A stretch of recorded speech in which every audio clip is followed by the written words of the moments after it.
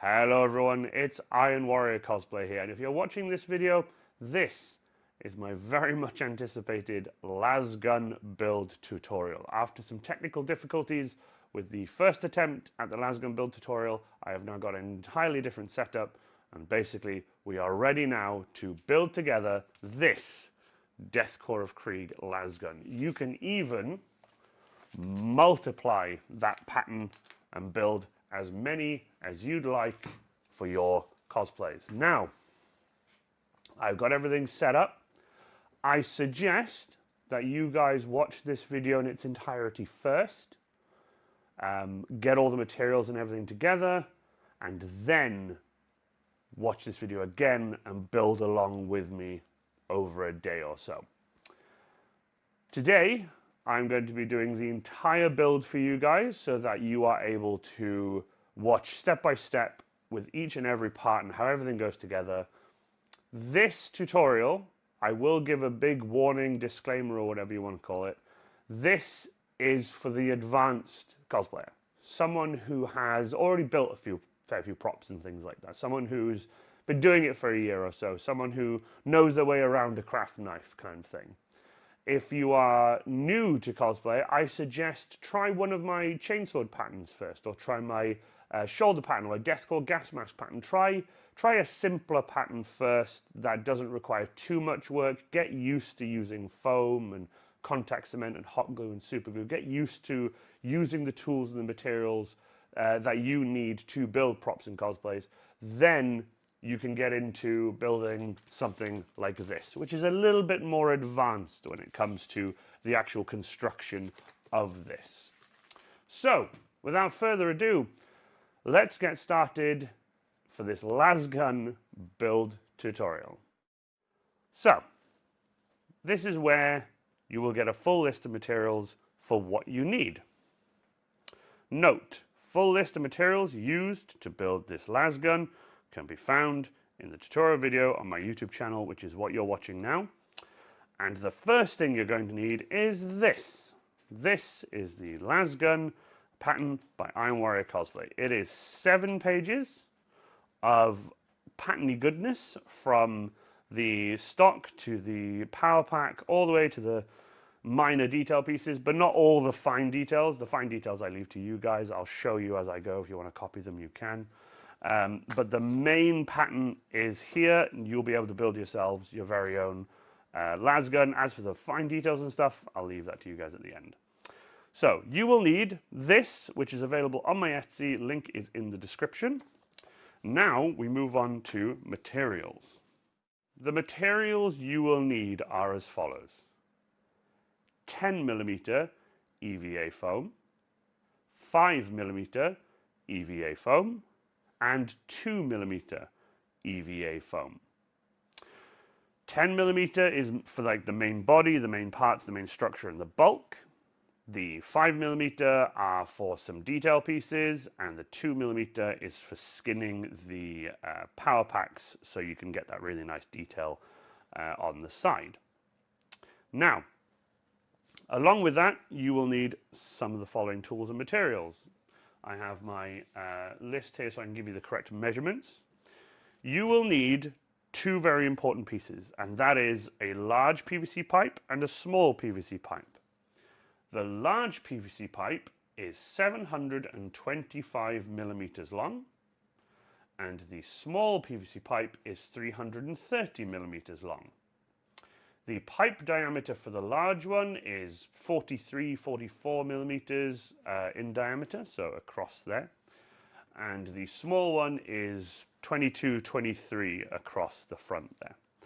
I don't buy any particularly special PVC pipes or anything. I just buy what I can from B&Q. Both of these are from B&Q.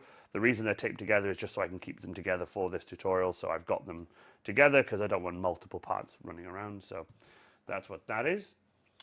You will also need 10mm half round dowels.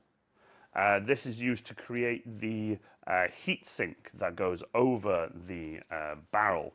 That goes over the barrel later on, because the Lucius pattern lasgun, like we all know, is overcharged and very powerful. You will also need one of these rings. I also get these from B&Q. These are used to go into the stock at the very end. You can then clip your shoulder strap to it. You'll also need a metal ring, which I don't have for this build, but there's a metal ring that will go in the end of the PVC pipe here. In fact, I might as well show you now just so that you're aware. This is what I do. I have this ring here, and then there's a solid metal ring that goes into that, and then I have this ring here that goes into the barrel, and that's where my sling attaches to when I put the las gun over my shoulder. On the newer las gun, as you can see, I have this instead. And this doesn't require a metal ring, whereas this does. So that will be what you need these for. You can get these at B&Q. Get these at B&Q. They're just the round studded rings, so you'll be fine there. You will also need a pair of scissors, a tape measure if you're measuring lengths of pipe and everything, a scalpel, a craft knife. I've got multiple choices here. Some super glue. I wear latex gloves. These are lollipop sticks. These will come in handy for not only gluing, but also making the trigger. That's what I use to make the trigger. A steel ruler, a respirator or a gas mask. No, it's not a gas mask, I know, but a respirator, dust mask essentially for when you're dremeling and stuff. And then also 2-part epoxy and hot glue. So this is what you need. Also a cutting mat and some space to actually build the las gun itself. Now, with that being said, I'll move this out of the way for now, because as you all know, I have already cut out the parts needed for this las gun, along with some detail pieces. So I have like the heat sink, the cover, the side pieces with the 2 mil detail pieces, the little sight pieces that I've cut, the strips to go over the barrel, basically anything and everything you need to build this las gun. Okay, so I have everything here, and the next step now is to basically set the camera up, set everything up here, and get ready to build this las gun. So if you want to follow along first, watch the video first, get everything ready, make sure you've got your list and everything. Any questions, throw them in the comments. I'm happy to answer them, or link you to another video that I've made mentioning any of this. So if you guys are ready to build, then please follow along, because next it's time to start building. Okay, so here we are. I've got some tools ready, and I've got my pattern. Now, the first 2 pages you're going to need, cover you can get rid of, cover can get rid of. The 2 pages you're going to need are page 2 of 7 and page 3 of 7. Okay, the rest you can pop to one side. Now, this is a 2-part pattern, okay? So it's 2 parts to create 1 pattern, right? Now, what you're going to need to do is study your pattern first of all, and you'll see that here there are some black X's, okay? Those you'll need to line up together. Now there's a way of doing it, and I can show you exactly how. The first thing I do with a pattern like this is leave the larger piece and go to the smaller piece, and either using scissors or a scalpel or craft knife or something, draw your ruler right up against the lines there, as straight as you can, and then pull your knife or scalpel or whatever you have all the way down and cut off that piece of paper. What you'll be left with then is a perfect end on this pattern, a perfect end here, okay? What you will then do, and I love this bit, is you will hold these 2 pieces up to a light, okay? Now, as you hold it up to a light, you'll be able to see these crosses through them, and then that's what you need to do then, is line those crosses up perfectly to get that pattern. So that's what I'm going to do now. If you have one of those light boxes that you can put things on top of, you're very lucky. Me, I do it the old-fashioned way. I hold this up to a light. I know you guys can't see right now, but I'm just holding up to the light like this, and I'm just lining up those two crosses together perfectly so that I can tape them together. There we go. So I have got those as close as humanly possible. I'm actually going to go down a little bit. There you go, that's much better. There. Then, using clear tape or masking tape. I use masking tape because it's cheap and cheerful. There we go. A bit of masking tape or whatever. You don't have to worry about it too much. You can, try not to use a tape that's, dark. For example, like duct tape. Try not to use duct tape or anything. I will tape the front, by the way. Now, the back piece, I do advise you tape because it just gives your pattern a bit more structure, a bit more strength, so that you can, move it around and stuff. That way, you will now have the stock pattern for your lasgun. Okay? Now, the next step, obviously, get your scissors and start cutting out.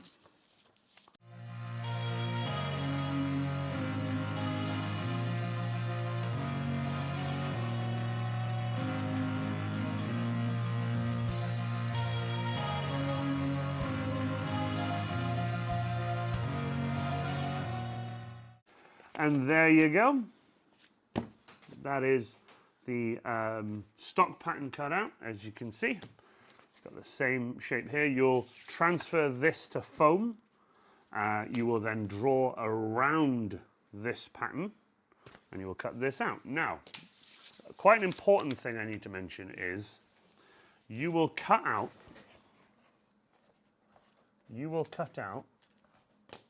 4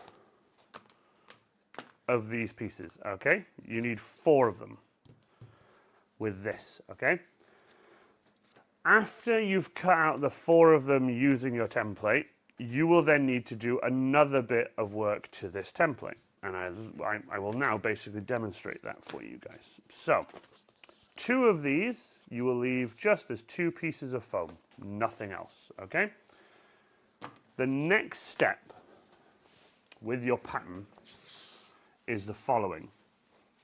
You will probably have noticed a red track running through this, this piece.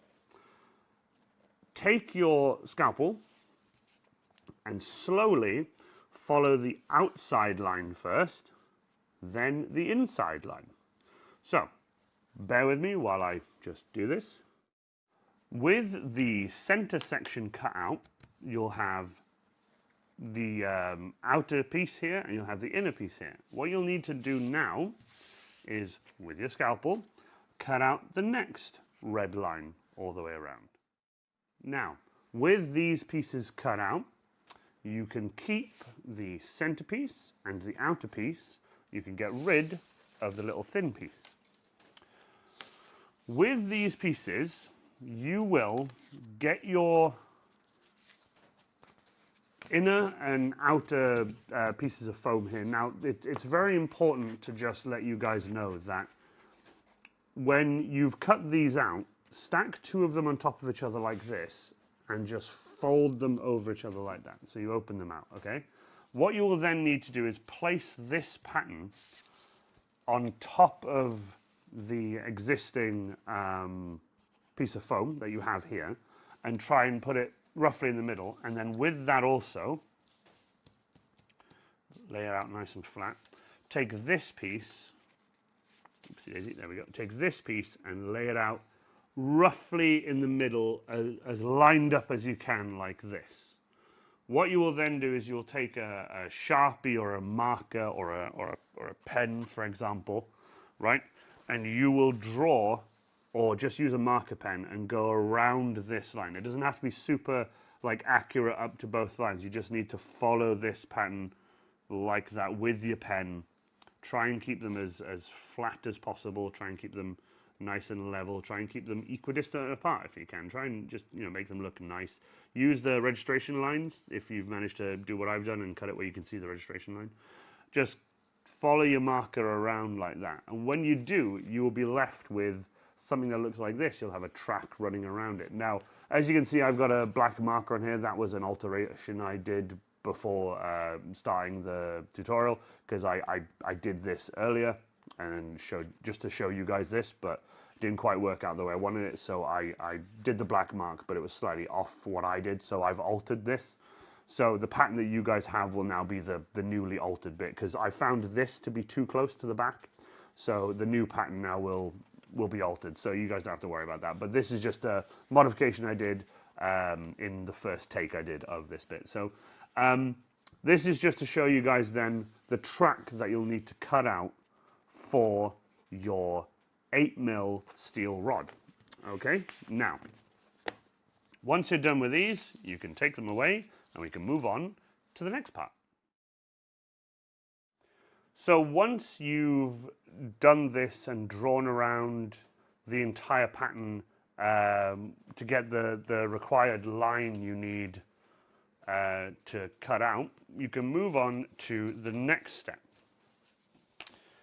The next step is getting your 8mm steel rod or aluminium rod, because if you want to go lightweight, I suggest you use aluminium, but then you'll have to modify how the magazine or the power pack, sorry, goes in. But I use steel so that I don't have to worry about magnetization afterwards. I can just use the magnet to magnetize directly to this. But now you will need to get this metal bar to the same shape as here. Now remember, please, at the start of the tutorial, I did say this was for the more advanced cosplayer, someone who has already done this kind of work, someone who's already worked out kinks and things like that, that they've got to be able to do something like this. Now, before I continue, I do want to just explain some things. I will be using a router, and the router I'll set at a 5mm depth or a 4mm depth, and I will follow my line around. Might go a bit wide here.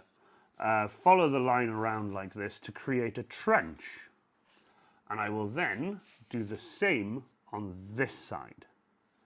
When these two have got a trench in both sides, when they go together, this metal rod will be able to be sandwiched between them. Okay, so I want to just take a moment to just make it clear for those of you who might not understand the stock side of things. When you've cut out all 4 pieces, okay, you will be able to stack them. Okay, you'll be able to stack all 4 pieces like so to make a 40mm block of foam, which will become your stock. What you will need to do is take the top layer and discard it to one side. Take the bottom layer and discard that to one side. And then with the 2 that you've got in the middle, just take the top one and fold it over so it's perfectly mirrored. Okay? I would then suggest quite strongly getting a marker or a Sharpie or anything like that and writing in and in on the inside of these 2, so that when you put your pattern on top and you draw the line, you will then flip that pattern onto this one and draw that line again. That way you've got a perfect mirrored pattern. You've got the track here will be perfectly mirrored, so that when they come together, the tracks will line up, and when you look down the center here, you'll see the 2 holes that can go all the way through. But obviously before you glue these together, you do need to manipulate this steel bar into the shape of this using a vise, essentially. This is quite easy to bend. I just put a spanner around it and just, you know, bend it to whatever shape I need using my bench vise. Like I said, the tools for this one is a lot more involved. This is for the more advanced cosplayer, someone who has more tools and more space in their workshop. So let's move on now to the trench side of things and cutting these out. There is 2 ways you can do this. The first one, if you don't own a router, use a Dremel. if you don't own a Dremel, use a scalpel. The scalpel, I suggest going at a bit of an angle, so don't cut directly straight, but go at a bit of an angle and follow the line all the way around using that angle. Then, when you come to do the next side, flip it the other way, like I've done here, and then use your scalpel again then to go the other way, and it will create a little V trench for you to be able to put the metal bar into. If you don't have a Dremel, at least like minimum don't have a Dremel, I suggest getting one if you want to build this lasgun, because you're going to need a Dremel. A Dremel gets very much involved a lot through this, because it's a lot of, like, you know, trimming and sanding and things like that. It's also handy if you don't have a router, you can use like a stone bit and just run the stone bit along here to create the trench both sides. You don't have to be super accurate with the depth. I'm only doing it because I have a router, but for this, I suggest just making a decent trench, then getting your steel rod, and just at this very front bit here, just test the depth and the width of it until you get roughly halfway, and then do the same to this side. That way you won't get a lump. So these will then go together. Sandwiched between them will be this steel rod. If you do one side less and one side not quite enough, you will end up with like a lump going all the way around, and when you try and glue it together, it'll try and push itself apart. So that's just a tip for you guys. So it is time for me now to get my router out, and I will show you guys how I do the trenches. So here we are back at the workbench, and this is my Katsu router. I use this primarily for woodworking and stuff, but I also use it for doing the trench work in these for the steel bar. It has got on the side here a gauge that tells you the different depths and such. I use that when I'm doing woodworking, but for the sake of this, I make sure it's unplugged, first of all, safety first. I will then pull this down, and I will make sure that this is 4 millimeters out. 4 millimeters, perfect. So this is now locked at 4 millimeters. Now, obviously, this won't sit properly now because it's sticking out. So always try and make sure it's either on its side, or I leave it facing up like that. The next thing I'm going to do now is I'm going to run power to the bench. Once I get power to the bench, I'll be able to put on my goggles and my respirator and then start doing these. So let's go. Okay, so safety equipment is key. I am going to be putting on my goggles along with my respirator. And my respirator will make sure I don't get any dust. So from this period, from this like point on, you guys won't be able to hear me, but I'll be doing the trenches in these. So time-lapse time.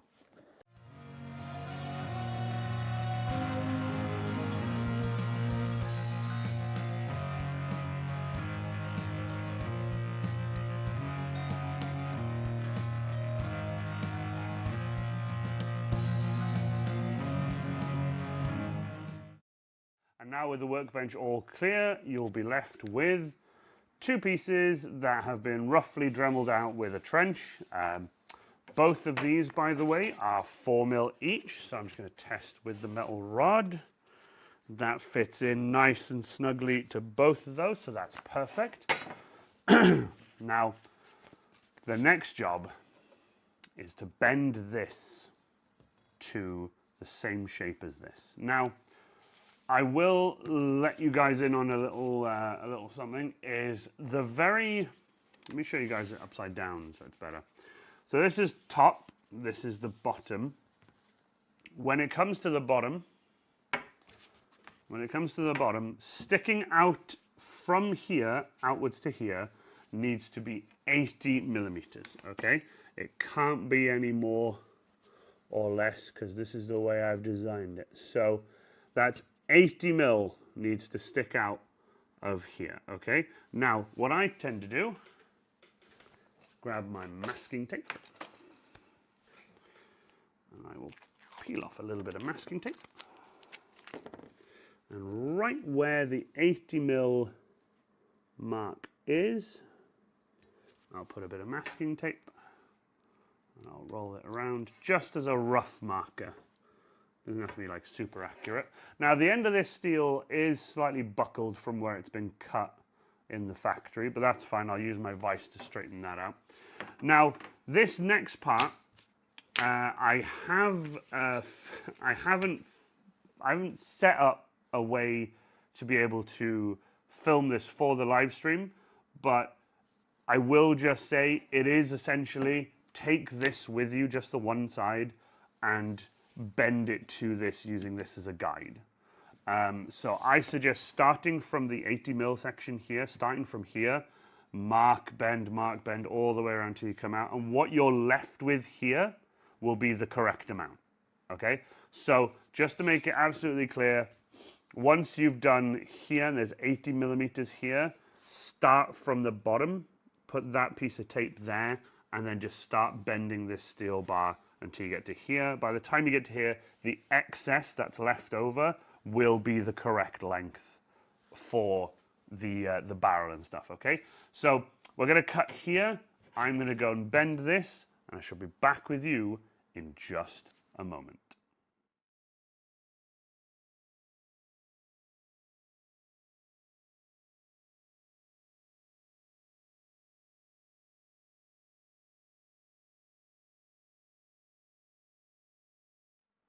Okay, so we are back. I'm grabbing my lollipop stick. This is the contact cement I use. Remember at the start I was saying you'll need glues. Contact cement will be one of your main glues to glue everything together, as usual. So with the contact cement, I would definitely recommend gluing a little bit of the steel bar as well, just in the middle of the trench here. Just put a little bit of glue in there as well, and a bit on the metal bar as well, just to give it like something to bite onto. Once you sandwich them together with the other two pieces, you're gonna be fine. There's not going to be any issues there regarding the metal bar coming out, because with everything glued together, trust me, it's not gonna go anywhere. So I have got my workshop window open. You guys can probably hear the birds. So I am going to just start contact cementing. Now I am going to start loading up the middle, not too much obviously, but I'm going to put a bit of contact cement in the middle here. That will also go on the metal bar. So this is what I'm doing first, just get the trench done first. The contact cement I use is by cosplayshop.be. If you buy anything from them, and you've heard from myself, you know how good their contact cement is, please let them know Iron Warrior Cosplay sent you, whether you buy their foam or whether you buy their contact cement or whatever you buy from them. If you've heard about them from me, please let them know. It'd be really nice, because they were kind enough to send me a nice care package with some foam dowels, believe it or not, the half round dowels I'm using to make this very las gun. And the previous las gun, believe it or not. So they've sent me a really nice care package with contact cement and stuff in it, and it was really nice of them. I don't get my foam from them. I get my foam because I order in like massive bulk, untrimmed foam and stuff. So I don't order my foam from them, but their foam is still very good. From everyone I've seen making props from their foam, I've heard nothing but good stuff. So that's pretty much my seal of approval on cosplayshop.be. Go check them out over on Instagram, and they also have a website as well where you can actually buy everything. So I'm gonna get to finish contact cementing these. Should be with you all in just a moment. Okay, with everything contact cemented and very tacky now, I'm going to gently place my steel rod into place, and then I'm going to grab my latex gloves because I don't want to get too messy. When I use a lollipop stick when I'm gluing stuff, I don't get too like sticky with it. But now with this, I really have to like press this in, manipulate the metal bar a little bit to just fit into place properly. As you can see, that's already stuck onto that. Now the next one, I always recommend start from the front, line those up, line up the edges all the way till you get to the back. Then you do need to, like I said, manipulate the foam a little bit. And then I overdid the contact cement a little bit on the front there, but that's fine. Just press this all down. And there you have it. A straight, not lumpy. There's no like lumps or anything in it. Like I said, I did have to use the router just a little bit extra between takes there just to straighten out a little bit. But this is flat on one side, flat on the other. So remember now, you don't need to do anything else to these pieces. These will now just fit like that. Okay, so the next job now is to contact cement these. Now make sure, and you know what, I'm going to do it myself. I'm going to put a cross there for glue that one. I'm going to put a cross there to glue that side, so I know which side is which and what side I need to glue. So together now we can just take a little time-lapse moment here. I'm going to clean my contact cement stick. Just get all that glue off it. And I'm going to contact cement this and this, and then both sides of the stock itself. So it's time for yet another time lapse. There will be a lot of time lapses in this, but I'm going to absolutely make sure that when it comes to the very vital and important things, like when we come to actually put things together, like a lot of the larger pieces, I will try my absolute best to make sure that I don't do a time lapse and that I show you guys in detail how it goes together so that you can do this at home the same way I did it. So it's time for another time lapse.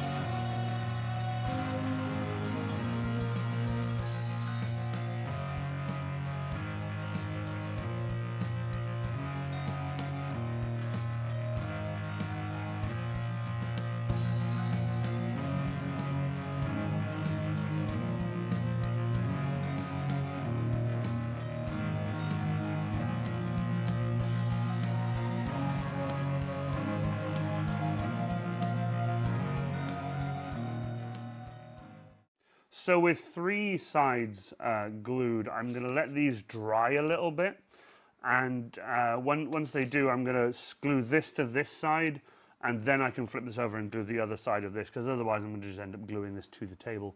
So once again, from the very end, from the very edge there, make sure the edges line up all the way, because remember, you are going to be sanding this to make the stock shape. A bit of info for you there as well. I've had some people ask about the whole shaping of the stock and everything like that. Yes, you can use a Dremel. You will be at it for a fair few hours using a Dremel to get the main shape of the stock rounded off and everything. It will take you some time with a Dremel. I think you might even go through one or two little sanding bits as well. You might go through a few of those. But if you have got a belt sander, I'd recommend a belt sander. Orbital sander won't work. An orbital sander won't take off enough material. You can use an orbital sander after to sort of help clean it up and round it off and everything.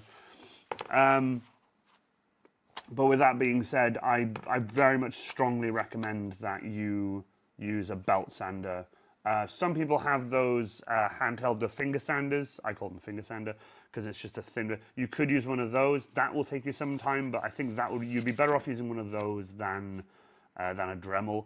I use a Dremel just to clean up here and there a little bit at the end, but yeah. Now, just to continue with this, make sure that you can see where the metal bar is, you can see where the two original pieces, and you can see the piece you've just glued together, okay? The reason being is you do not want to accidentally glue this side and have it, like, you don't want 20 mil on one side. The reason being is your gun will be offset a little bit and it will just look horrendous. So the next bit to do now is to glue this, because this then gets glued on top of that. So we're going to do that now. Bear with me just a moment, and we're not going to do a time lapse this time. We're just going to cut to when I'm gluing these together. So give me 2 seconds. It'll take a little bit of time for me, but for you, it'll just be a cut to black. Okay, and here we are just gluing these together. Again, just make sure they line up perfectly. Making sure the back lines up perfectly. And then just stand up, just check, double check and check and check. That's all good. That's all good. Just making sure it's all there. Squeeze it all together.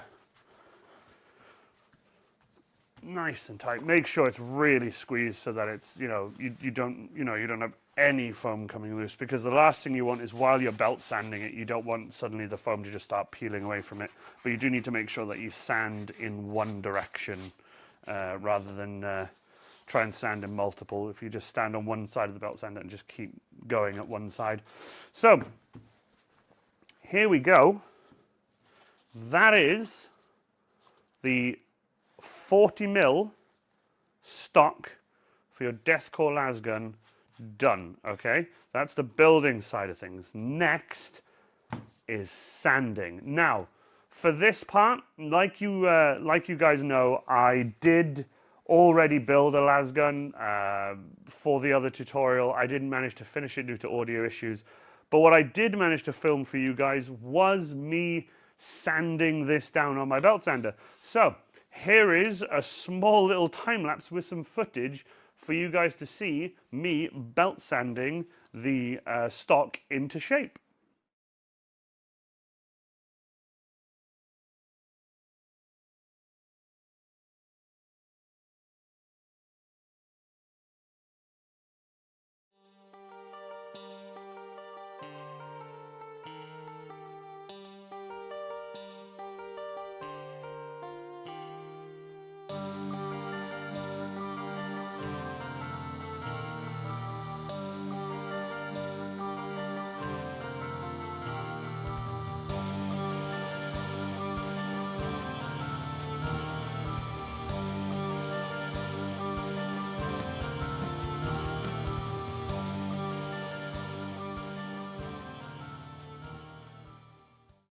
Okay, now that we've come back in from sanding, this is what the stock looks like.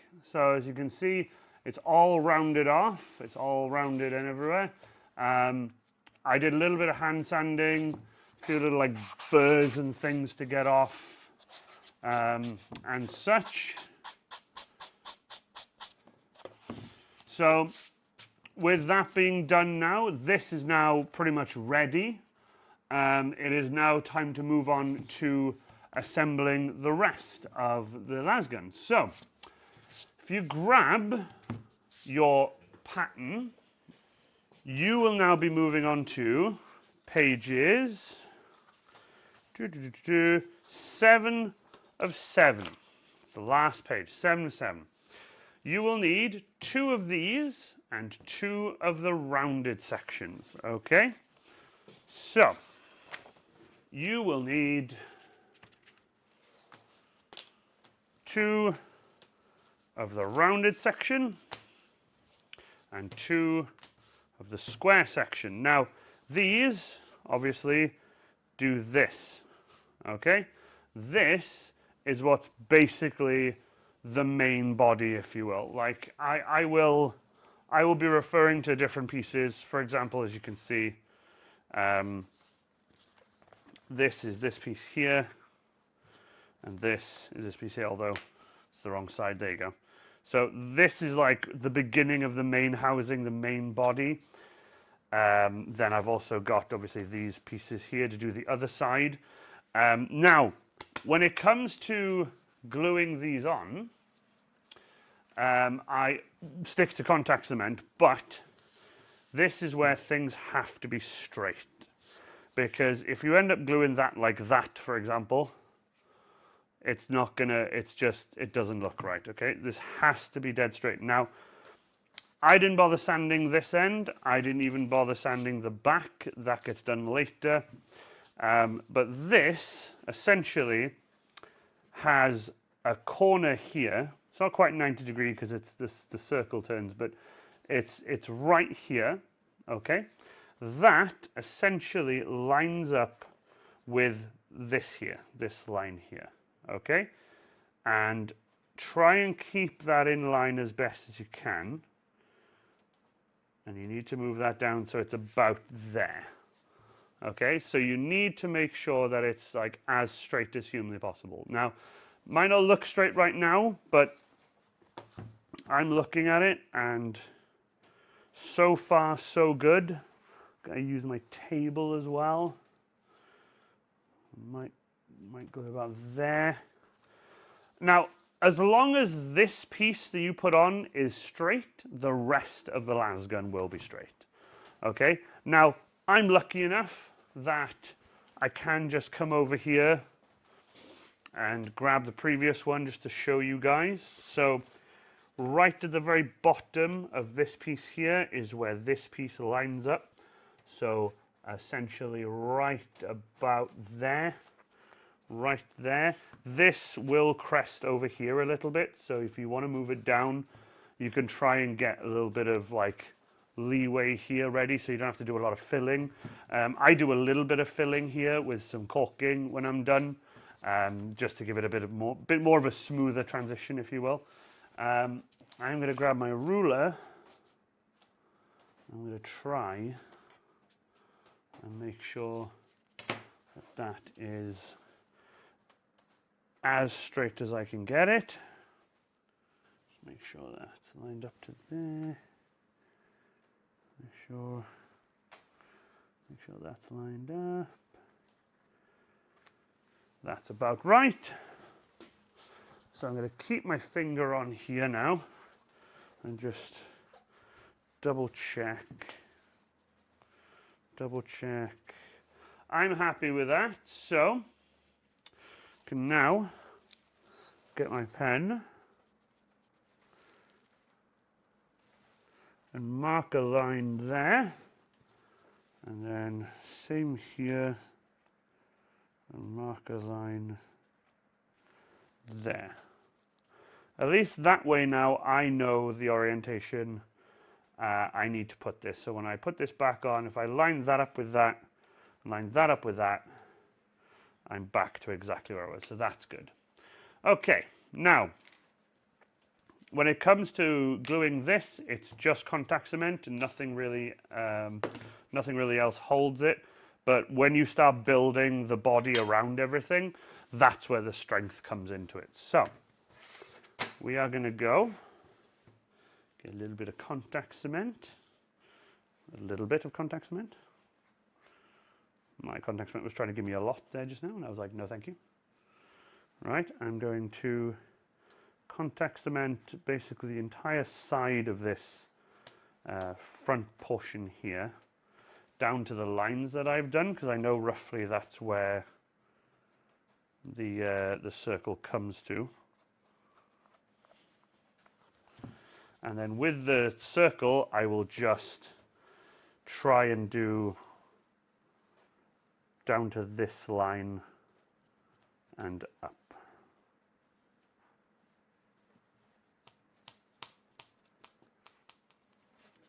I am just now making sure that my lines line up perfectly. And they do. adjust it, make sure they're the right place, move it down a bit, check if it's straight, and then press. Okay, now, looking at this, that is pretty bang on.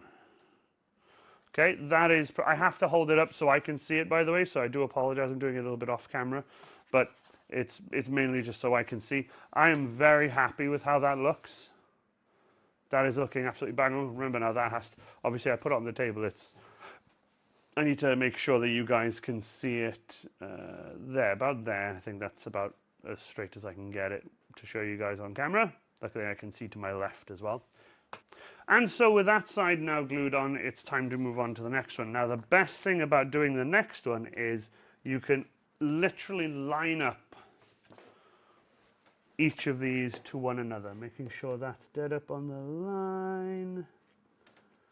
There we go. So now you can make sure that both of these line up together. And then do the same again here. Glue half, I guess, from this line upwards. Doesn't matter if you go over a little bit. Just glue that. Then bring your pieces up to here. Press it down. Check if they're lined up. You can check. Contact cement is a little bit forgiving if you haven't let it go for too long. Literally couldn't ask for any better.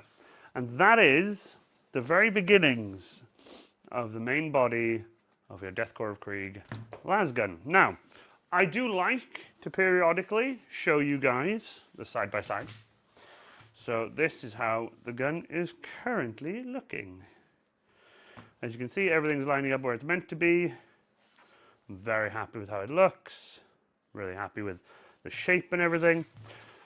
So, with that now being done, you need to now move on to the PVC pipe side of things. You probably would wonder it's this piece next, but not straight away. This piece doesn't come into action until a little bit later, where we create the mounts for the barrels here, and then the actual internal structure piece in here. And that's also where we need to leave room so we can actually install the power pack as well once it's time to do the power pack. Let me just, where are we? Like that, sorry. So we can install the power pack. So the power pack will be able to go in later on. So we need to make sure there's plenty of room inside as well.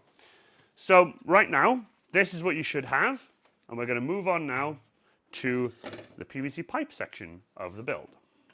And welcome back. So we have a small PVC pipe, which we won't need until very much later, and we have the large PVC pipe. Now ignore the fact I put front and back. That's just for me. That's just for me building, because one end I prefer the cut I did compared to the other one, which the cut it's still quite nice on the other end, but I prefer to do it front and back. So this is what we're going to be doing right now. Let me just move some of my things out of the way, because the reason the bench is set up like this is because a lot of this goes off the bench that way.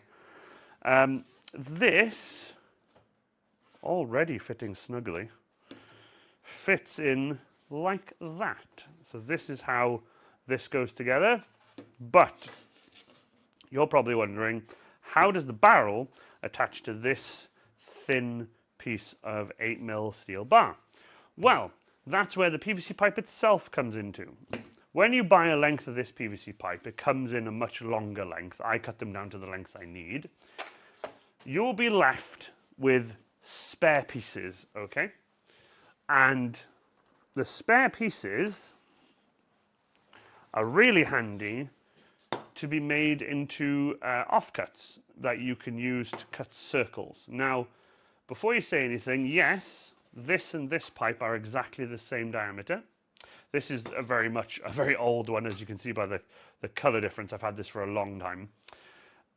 This pipe, obviously, will cut the circles I need to fit inside here, but I need to Dremel them as well so that they fit correctly. I don't have a PVC pipe that's the exact inner diameter size of this. I wish I did. It would make things a lot easier. I did think about laser cutting them, but I did also want to show you guys how easy it was to cut a bunch of circles using a piece of PVC pipe. So what we're going to do is get your Dremel ready, get a piece of PVC pipe. If you haven't got the PVC pipe ready, I suggest getting it cut now into roughly a hand-sized kind of shape because you'll be using a lot of torque. And with your Dremel, using your sanding bit at a 45 degree, just Dremel the inner edge of your PVC pipe to give it a cutting edge, okay? So, meet me back here in just a moment. Okay, now then, using your ruler, measure the total length of the piece of steel. That is 200.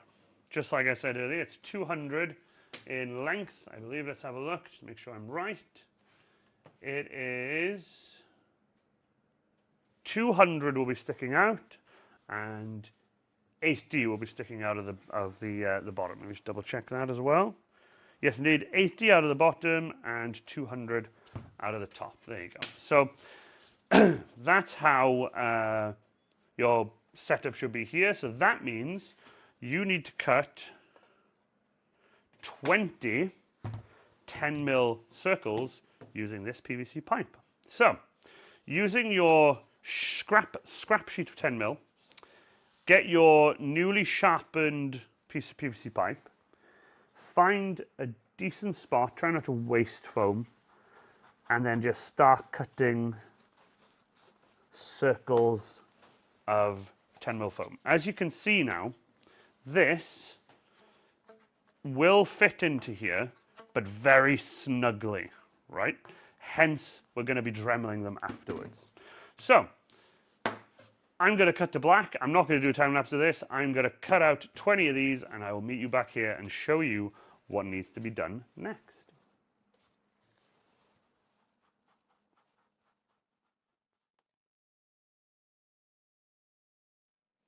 And now, with your Connect 4, with all of your pieces now cut out, that's 5, 10, 15, and 20. These will now sit on this steel bar, and then we'll go inside this pipe using contact cement just in a short moment. But for you, it'll be a quick little time lapse. For me, it'll be a lot of dremeling. So what you need to do now is make sure you have your PVC pipe next to you. And what you'll do is you will Dremel one disc down until it fits snugly into the inner diameter of this pipe. So I'm currently using, well, the inner diameter of the pipe I just had is the same size, I believe. So it's about 40-ish. The inner diameter of this is just under 40. So I need to take about 2mm off each one of these discs, okay? But I might take off a little bit more considering the fact that I don't want them to be too snug when I'm pushing them on. I want to make sure they can go on quite smoothly. The contact cement will help with that because it'll be sopping wet when it goes on. So I'm going to try and make sure I get, as much contact cement inside the PVC pipe as possible before then installing these and putting contact cement over these. So give me just a moment to set up my Dremel and I shall be back in just a moment. Okay, with my Dremel set up, I am going to be sat here for a little bit now dremeling, so goggles and my respirator are absolutely key. The first thing I'm going to do is sand down just one of them to check the fit, and then I'll sand the rest of them down to do the same. I will do you guys a quick little time lapse. For me, it'll be a little bit of time, like quite a bit of time even. For you, it'll be just a moment. So enjoy the music, and I shall be back with you in just a second.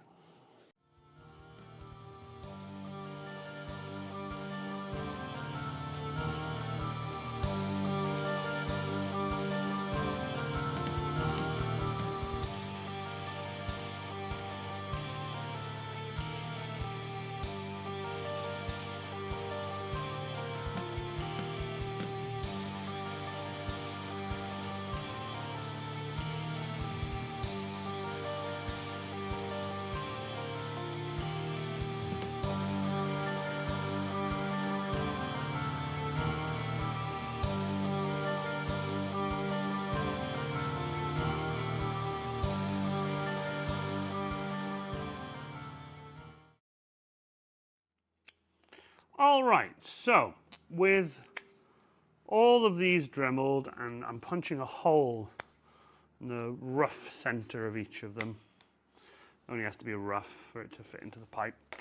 I'm now going to stack these to the best of my ability, dead center of each other, into stacks of 5, I think, and then I will glue those to that steel pipe, steel bive, to then go into the pipe. So I'm going to glue these together with contact cement. I'm just going to snap that actually and use a fresh side. So I'm just going to move all of these out. There's some dust on them from the Dremel. I'll move the Dremel to one side. There we go. And then I'll contact cement a few of these. What I'll do, I'll just put some contact cement on there, and then I'll spread it around with the piece I'm gluing to. Nice. Now, with these pieces now glued together, well, what do you call them? The drums? What would you want to call them? These cylinders all glued together now. They're still setting a little bit. I'm going to cover this in contact cement, and then hopefully, well, as they travel along, they'll coat the insides with contact cement as well. And then hopefully that will, well, not hopefully, usually, it provides a nice solid bond. So I'm going to do the same here now with some contact cement on the very end. And I'll make sure to put some on the first lot that go in. But what I'd like to make sure now is that this is very lathered, very, very just properly plastered in contact cement.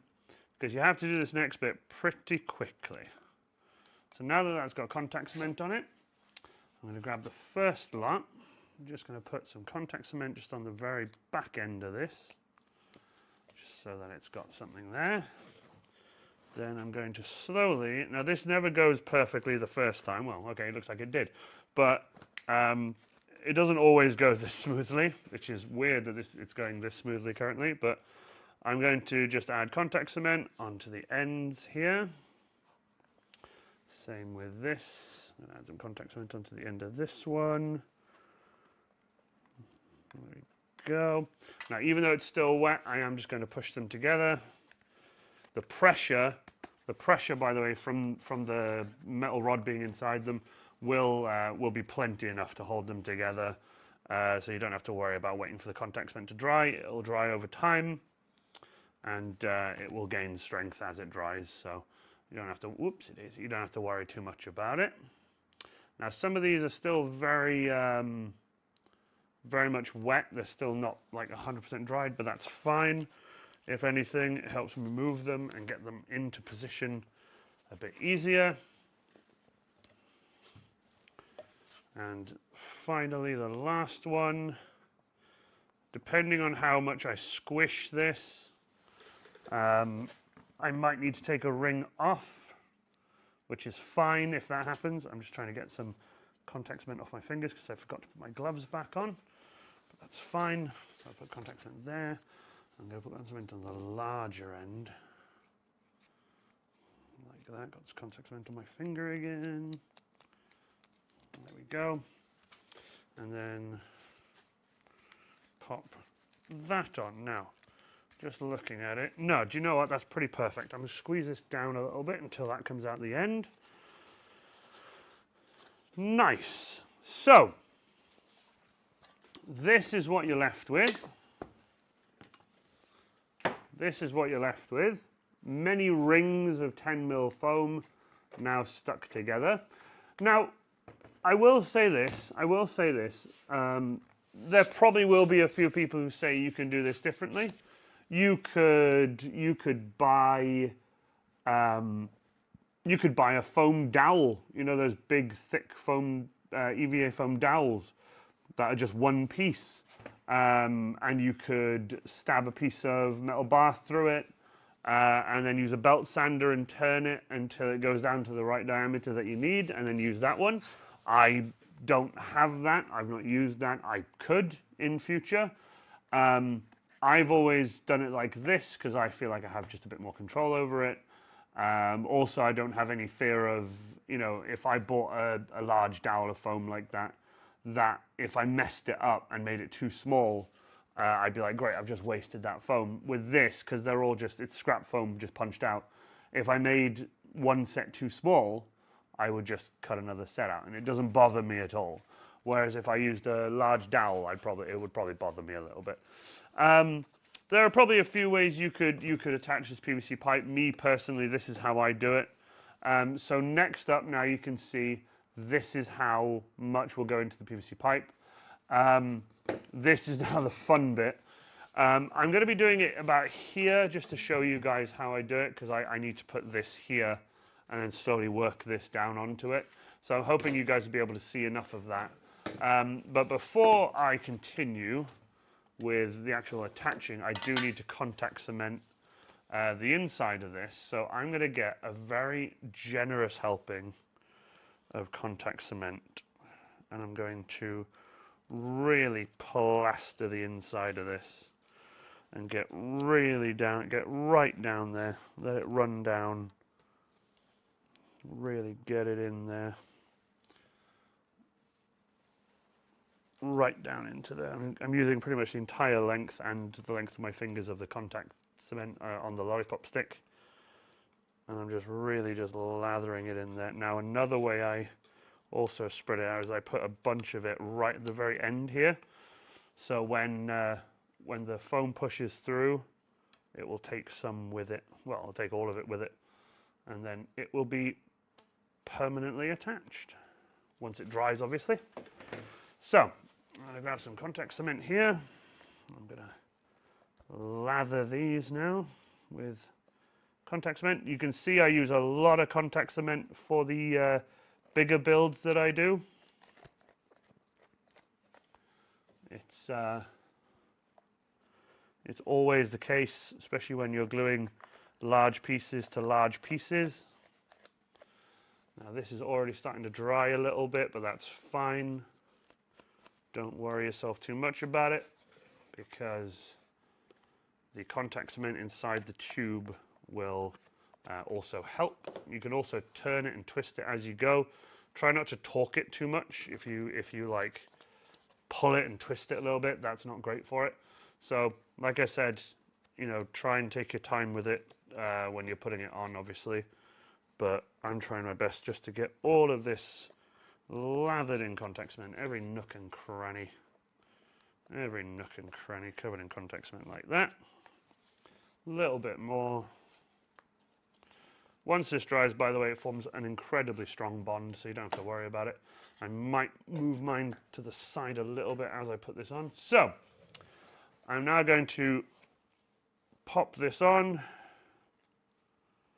like so. I am gonna have to torque it a little bit because it's not quite right. There we go. And there you have it. Your barrel is now attached to your las gun. And you can see now, okay, you can see now, I'm going to come back here a little bit so you guys can see, move this for a sec. You know how I hold the las gun by the stock? I hold it by the end of the stock to show people the strength of the weapon. Well, there you go. This is where the strength now comes from. So I can hold here the steel rod that's inside here that then goes into here, and that's where the strength comes from. The main strength of the gun is in the creation of the steel bar inside here, and then the steel bar that goes into the PVC pipe. Now, this does have to dry. This does have to dry at least a bit for it to become, because I can still twist it very easily. This does have to dry. It is contact cement. It will dry eventually. You don't have to worry about it not drying. It will dry eventually. But in terms of doing, you know, much more to the barrel right now, I would suggest you just wait for it to dry. Okay, so with that being said, I have been going for some time now. I'm going to be taking a short break here. Obviously, it'll be a cut to black for you guys, but I'm going to take a short break here. So far, as you can see, we have built the majority of the gun. There will be like some, you know, some adjustments and stuff we have to do and whatever just to keep the whole thing straight. But as of right now, I'm really happy with this. It looks and holds and feels really good. I will do you a comparison. I'll do you a comparison. Make sure I've got that in the right place. There's a comparison for you. Oops, this way. There's a comparison for you. I'm really happy with how it looks. That might be a little bit, there we go. I'm really happy with how it looks. It's getting there slowly. You can see next now will be this piece here, but it also involves some additional pieces inside. This piece remains hollow so that you can make a removable power pack. There's like a lot of detailed stuff too, but like I said, once you've done this much, you're pretty much on the home straight. It's mainly just details and more foam cutting until then. But right now, you just have to let this set, and then once that's fully set, you can get back to it. But right now, it is time for me to take a break. So I shall see you guys in just a moment.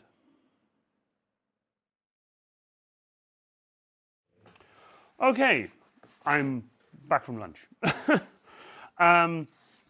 This is now moderately dry. It's no longer moving. There is a small gap that's happened there, but other than that, the barrel is straight enough that I'm happy with it. Before I went for lunch, I did just bend it a little bit just to make it right. The next job now is these side pieces. Now, this is quite an interesting one, okay? So, these side pieces, there's no detail on them, not as of yet, but this is what I want to show you, is there's one of two ways you can do this, right?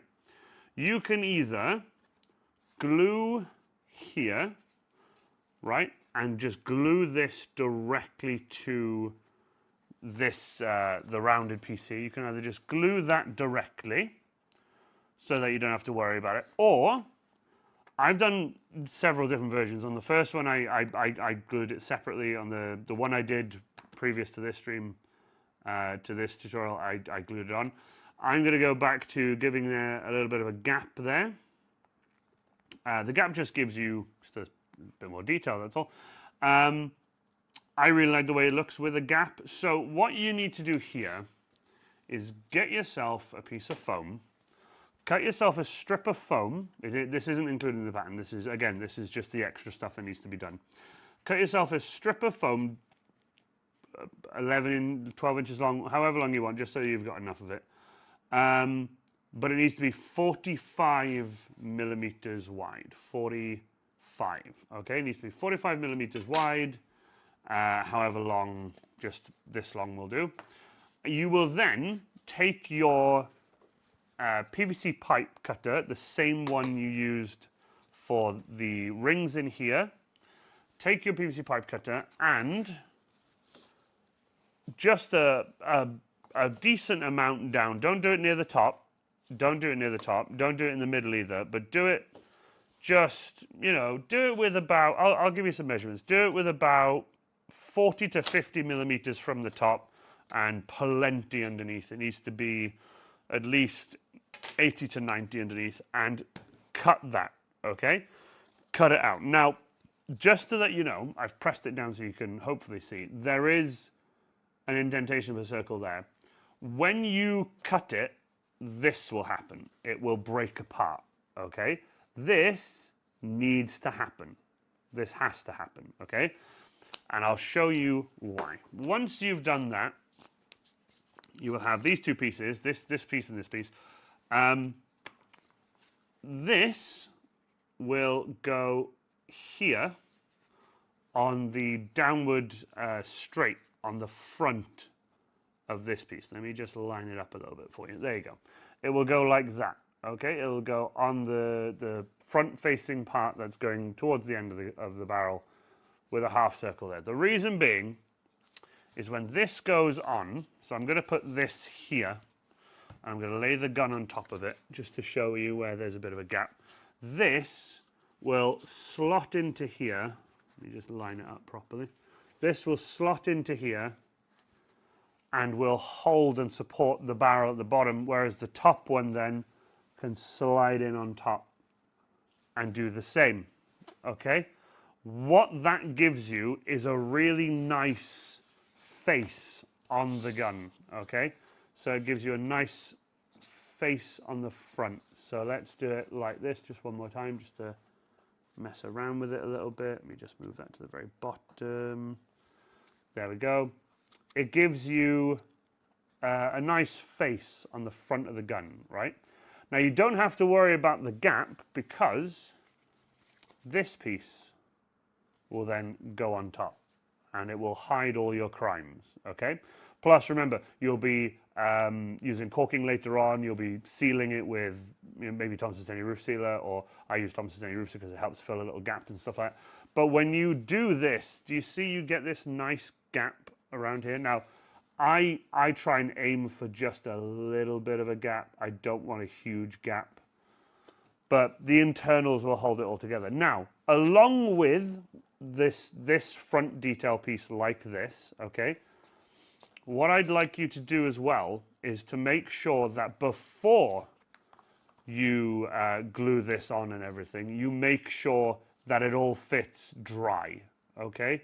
So don't just go glue this onto here straight away, because I need you to make sure that this all lines up perfectly, and then when this goes on, it also lines up in the same area, because you need to make sure that there's a gap. I'm trying my best to make sure that there's a gap, you see. Now, it is going to be very finicky. It really is. It's never going to be super easy, because when you try and make the gap on this side, you need to make sure it's identical on the other side. So if I was to hold this here now with the gap that I want, I would have to glue this on here, and there's a very little amount that sticks out the bottom, okay? So if I was to hold this exactly where I want it, like that, with a little gap at the side here and a little gap there and a bit of a gap there, and I was to place this here against the PVC pipe, it's slightly too long, okay? And that's, if anything, that's fine. So I'm now going to leave this piece there, and I'm going to get super glue for the first time. So I'm going to get some super glue. Now you're only applying super glue to the edge here, okay? So I'm only going to apply super glue to the edge all the way down, okay? Just a bit of super glue. Then line up your piece, put this back onto the PVC pipe like that, hold it together a little bit, make sure it's in the right place, and there you go. Right. Now that that's drying, I can give it a little bit of a press. Make sure it all cures properly. You can see a little bit of smoke coming off that. This new super glue I use does smoke a little bit, but unfortunately with the smoke it causes these horrible like bubbles. I think it's the EVA foam reacting with it. I can't tell you why that's happening. It happened a little bit with my last super glue, but I can't remember it happening this much. So with that now, there is a little bit of a gap at the bottom, okay? There's like, it comes out a little bit. It's not perfectly flat. There is a reason for that, and that's so that it sits the same both sides. Now, what I'm going to do is, knowing full well now that the gap on the other side is where I want it, I'm going to line this up, and looking through the gun, looking through it, making sure that I have a nice gap all the way around. Super glue this, and once again, slowly, making sure all lined up to the best of my abilities, and then going to press down and wait for the super glue to do its thing. Wearing gloves is very handy when it comes to wiping off excess super glue. Again, a little bit of smoke there, but that's fine. So now I have the perfect piece that connects onto that. Now this can now come off, and then you can check on the top piece. The top piece should now be able to fit in perfectly here. There will be much excess on the top. There'll be a lot, because I told you to make sure you had plenty. The reason is that you can adjust it and play with it, especially when you have to like cut it. So I'm now going to pop this back onto the gun. Double check all my gaps. I'm very happy with how it looks. Then I'm going to add super glue up to the line, and only up to the line on both sides, and no super glue on the barrel end, because you want to be able to remove this. Right, you can then slide this off now, and this is what you should be left with. Okay, now you can just lay this flat like that, put away your super glue, take your knife, and using your foam as a guide, draw a few lines until it slowly but surely cuts through. There will be some dremeling and cleaning up afterwards, there always is. Okay, so now with this, you can now continually pop it back on to check the fit.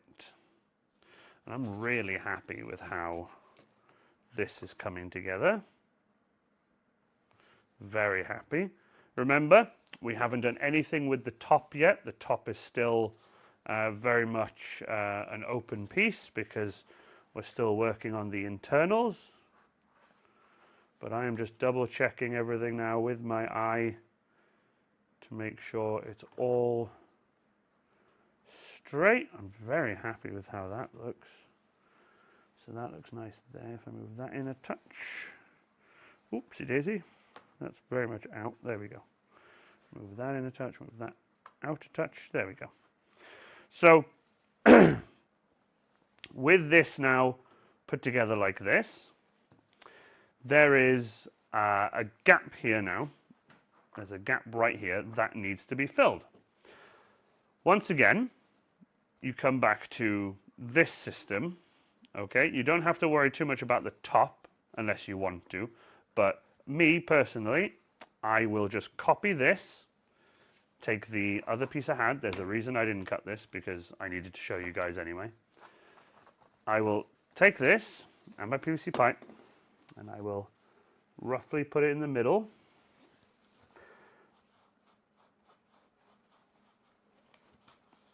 That's one side, and that's the other side. Again, don't worry about how fancy this looks, because it doesn't really matter. This is internal. Let me cut that a little bit of an angle. There we go. Now this will fit in right here and act as a support piece, and also hide some details. Looks quite nice. So once again, back to the super glue.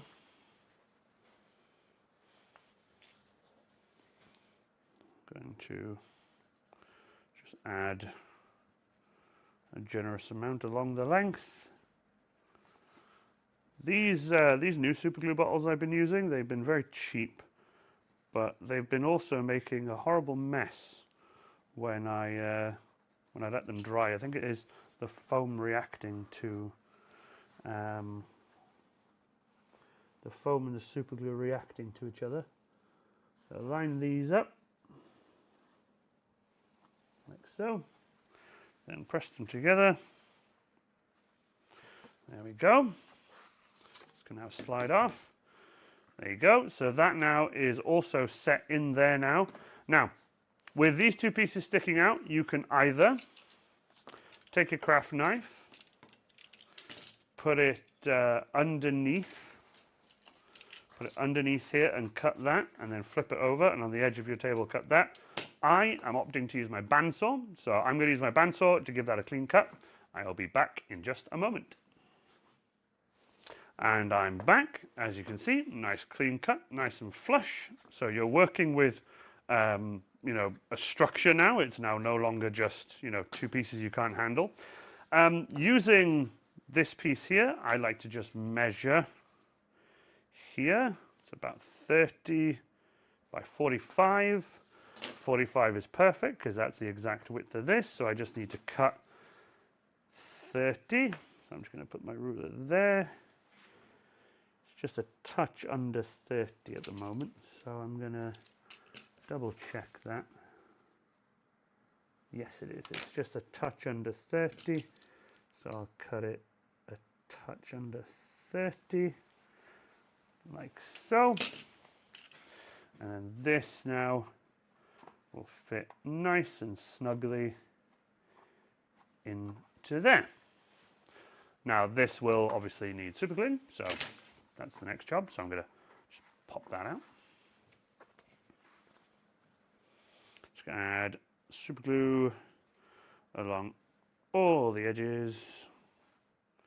Here we go. So I'm going to put super glue back onto this now. So I'm just going to line this up before it dries. Do have to work a little bit quickly with super glue.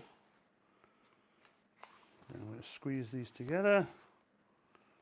It wasn't quite flush. There we go. Just going to add a little bit of super glue here, here, and here, right on the corners, just to give it a bit of strength. So as you can see now, you are working with a structure, okay? Now this can be slid on and off the lasgun at will at any point you so wish. This will get glued on. The gluing surface will mainly be the PVC pipe itself, because obviously I want a gap around the whole thing. But obviously there will also be a 45mm piece that will go in the top here shortly. I will be cutting another 45mm piece soon, just to show you guys. But what's handy about this is where the 45mm piece goes, it leaves you with a very small gap at the back, right? So it leaves you with a very small gap back here where you know, you can just see into it, and it doesn't really glue into anything. So what I like to do is, when I glue this top piece down, I like to glue it to this as well. That does close the gap at the very top here just a little bit, okay?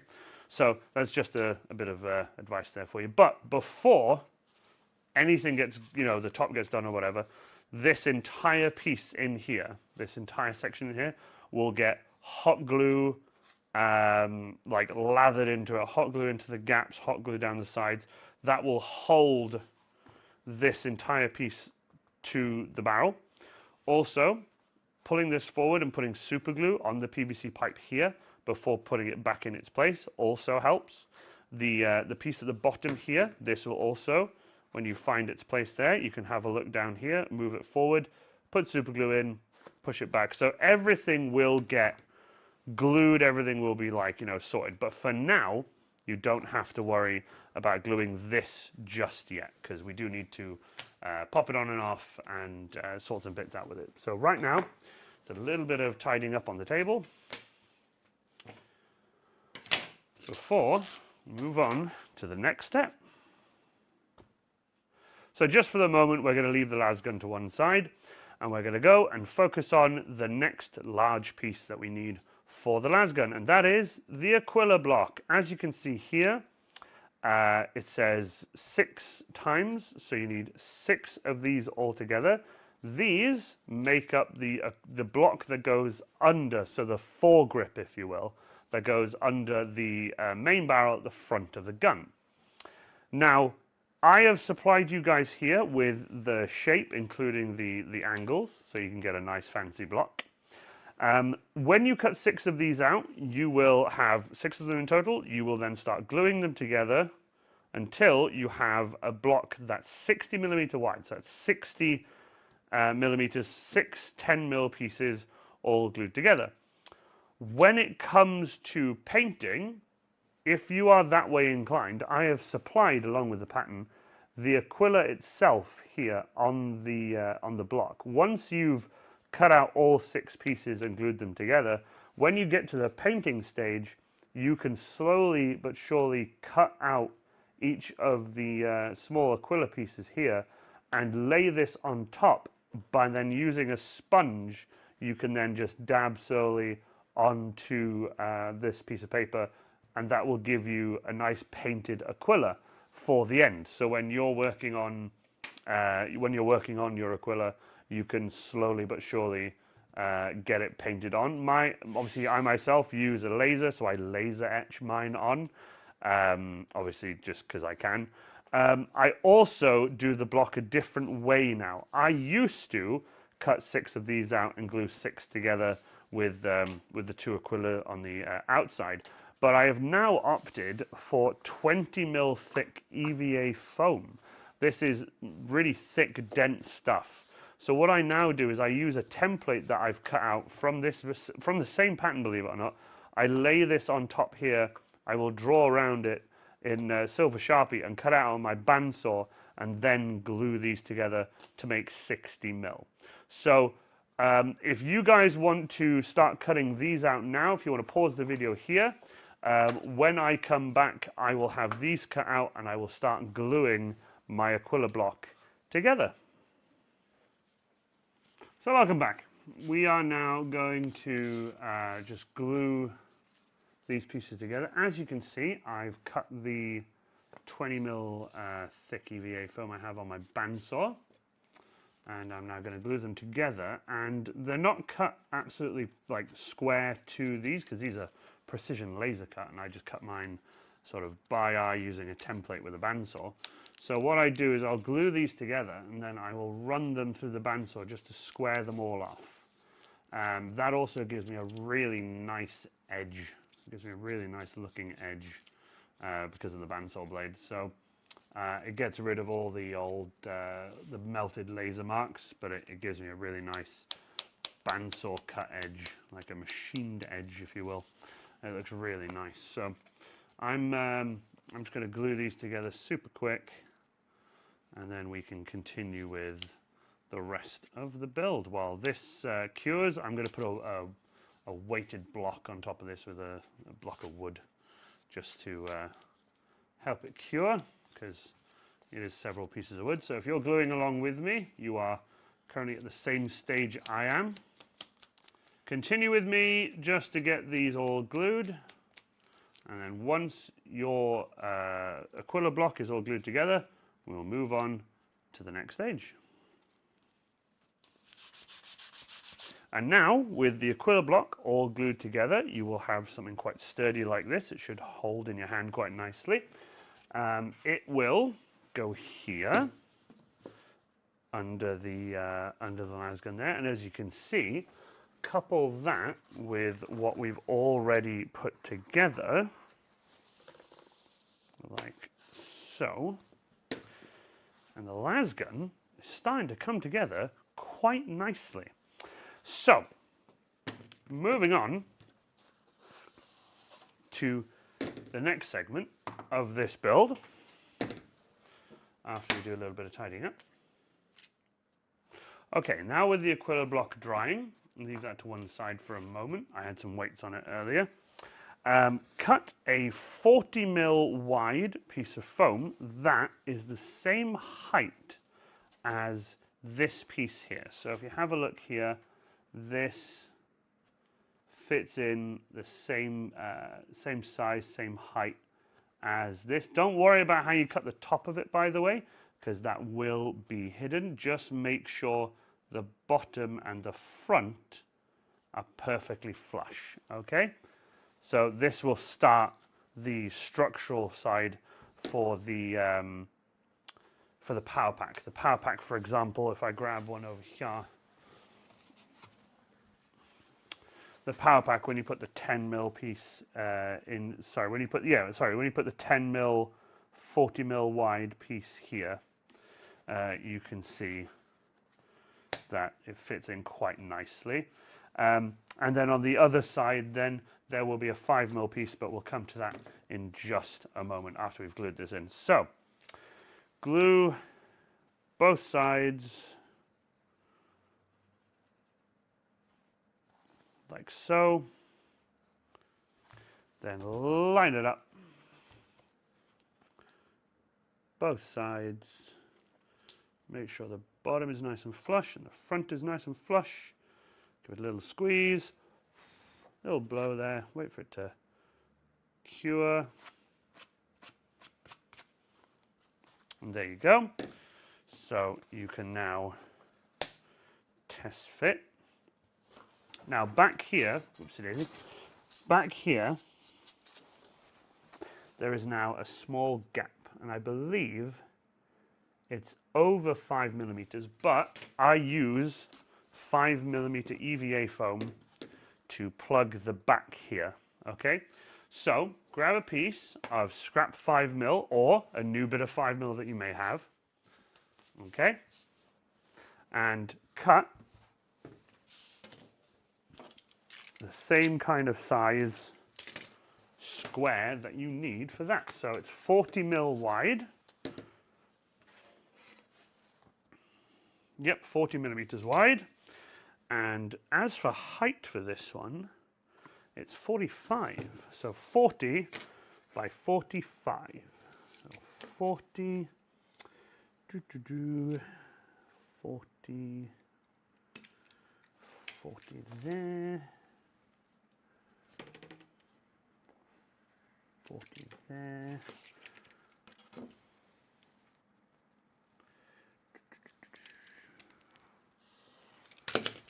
40, 40.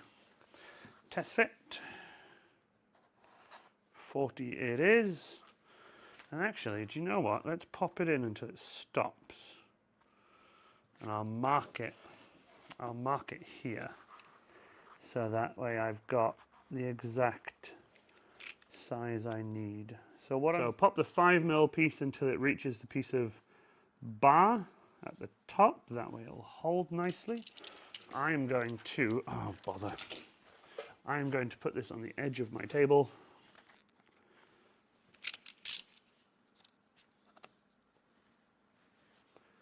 I'm going to draw a line with my craft knife and then pull. The more you build, like the more of the gun you build, the more stable it becomes to work with, which is quite nice. There we go, brilliant. So grab your super glue, and I'm actually going to glue the back here as well. So I'm going to glue the back side here and the edges so that it has something to adhere to. And then I'm going to pop this in, line it up on both sides, like that and like that. Push the bottom piece in, let it cure. Then I'm going to add just a tiny bit of super glue along the edge here, just at the back there, just to give it some additional strength. Now I'm going to let that dry. This, obviously, is the power pack I made for the previous lasgun, using the exact same pattern and everything. And I've been dry fitting this and testing it to make sure that it looks right. Something I have come across during this build is this particular power pack, when it goes in, fits fine, right? But there is the smallest gap at the very top, right? Let me get the craft knife for you. Where this circle is here, where this half circle is, there's a gap right at the very top, meaning that the piece of steel bar that is sticking out, as you can see there, isn't quite pushed up enough. So with that being said, I am going to have to try and fix that. Or see this magnet? This magnet is pretty much the same thickness as the gap that is currently there. So when this goes in and that gap is there, all I would have to do really is recess this into the foam instead. Me personally, I'm going to go over to the vise, grab a pair of mole grips and just push it back up, just to bend it up a little bit more so that that has more room to go in. But other than that, that's the only little issue I've got currently. But right now, you have done the stock, you've done the PVC pipe, you've done the side panel here, part of the actual main body. This is now a lot more sturdy. Obviously, it can still move, but this is a lot sturdier now that it has structure to it. You even have the main body. I can go on to there as well. So remember when I told you about not having to worry about this, not worrying about the top of this? That's because this will hide all your crimes, you see? So this will hide all your crimes. Once this, by the way, has been installed correctly, the large block, you'll be able to sit the lasgun like this and work on a lot of it before doing the top details and stuff. But like I said, there's a lot more work to this before we even get to any of the other details and stuff. But right now, I'm very much happy with how this is going. There's a lot of bending and stuff to do, and a lot of like heating and treating and moving and shifting and all that kind of stuff to do to get this gun to be like dead straight. But right now, I'm really, really happy with how things are looking. So yeah, from me, Iron Warrior Cosplay, I will be back in just a moment. Okay, now with the Aquila block done, the main internal structure of the start of the main body done, if you take this piece that we built earlier and slot it onto the lasgun like so, what you need to do now is make sure that it is in line with everything you need and that there's nothing just randomly sticking out, and that both sides are equal and that this is dead straight. I'm quite happy with how mine looks. Might be a little bit of adjustment here and there, but other than that, so just to explain to you how to glue this, okay? You will need super glue, you will need hot glue, obviously on a glue gun, but you'll need hot glue, super glue, you won't need any contact cement. The super glue, you will push this forward and super glue onto where it finishes. So if you get a pen or a marker of sorts or whatever, you can mark on the barrel where it ends, so that when you push it forward, you can put super glue there and then pull it back, okay? Now, when you pull it back, that will, start the gluing process. Then with your hot glue, you need to fill in the sides here on both sides of the barrel, okay? And then when you're done there, you need to come down at the bottom here to check if everything's okay and everything's straight, and put hot glue in on both sides of the PVC pipe inside here as well, right at the very bottom. This will give you the strength for the main body.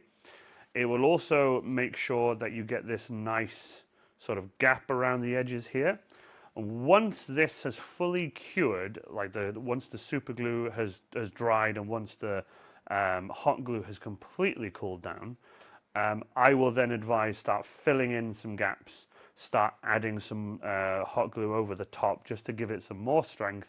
Then you can come in with your, where's my ruler? You can come in with your, let me just measure it, your 40 mil EVA foam piece that you then slot in and super glue along here. I personally also take a piece of scrap foam as well and just put that on top of the barrel before putting the 10mm piece through, because there's enough of a gap there. But it's entirely up to you. I do have this spare piece that I could just slot in there, you know, to help out, but I genuinely just put a piece of foam in there. Sometimes I'll even just put some 5mm pieces down both sides, or maybe even just one in the middle there, before putting the 10mm piece on top. But it's entirely up to you. If you want, you can just fill this with hot glue, make sure it's nice and strong. But once you've done that, we'll be ready to start moving on to the next part of the gun, and then details. So we're getting there. It's, like I said, this is quite a lengthy tutorial with a lot of time lapses, a lot of cuts and stuff, but I'm doing my absolute best to make sure I show you guys as much of the process as possible when it comes to the gluing and assembly of this las gun. So without further ado, let me go warm up the glue gun and we shall get to gluing. Now, while I've got my hot glue gun warming up there, we will start off with making sure that this is bang on, making sure this is straight, making sure everything is in the right place. Just got to make sure it's all straight, make sure it's all 100%. Okay, then slide the top piece forward, take your super glue and then add a bunch of super glue to the top there, and then pull this back over the super glue. This will start the gluing process for the top of the gun. Now, making sure this piece here, to make sure that doesn't cause any issues by moving like this or anything, I don't want to glue it downwards to this, but I don't mind gluing it to the front here, you see. But the issue with doing it like that is you don't get much in the way of leeway or movement when you're doing the top part of it. So what I'm going to do is I'm going to probably wait a little bit to get the hot glue and stuff in before then putting just a little bit of super glue down here, and then just pulling this just forward a little bit like that, just to glue that together, just to give this section here where both parts meet there, just to give that a bit of strength. But right now, things are going really well. This is all glued together. This is now no longer moving, which is good. Don't worry about these two pieces at the top here that open out like that. They will be fixed in place once that piece of foam goes across the top. So, stand that up on its legs like that. Have a seat. I'm going to grab my little bag, well, I say little, my baggie of hot glue here. Just make sure I have a stick or two ready. Grab your glue gun.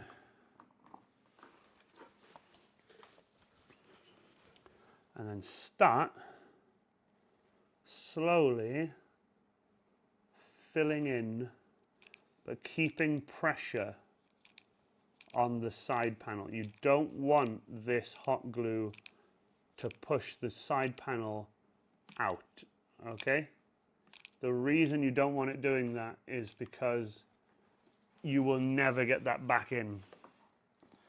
So I'm going to move this to here, and while it's warm, I'm going to close this up and line it up exactly where I want it. And that hot glue is now going to slowly cure, or dry in this case, or cool down, and it will hold this all in place. So I'm just pushing some bits down, checking here and there.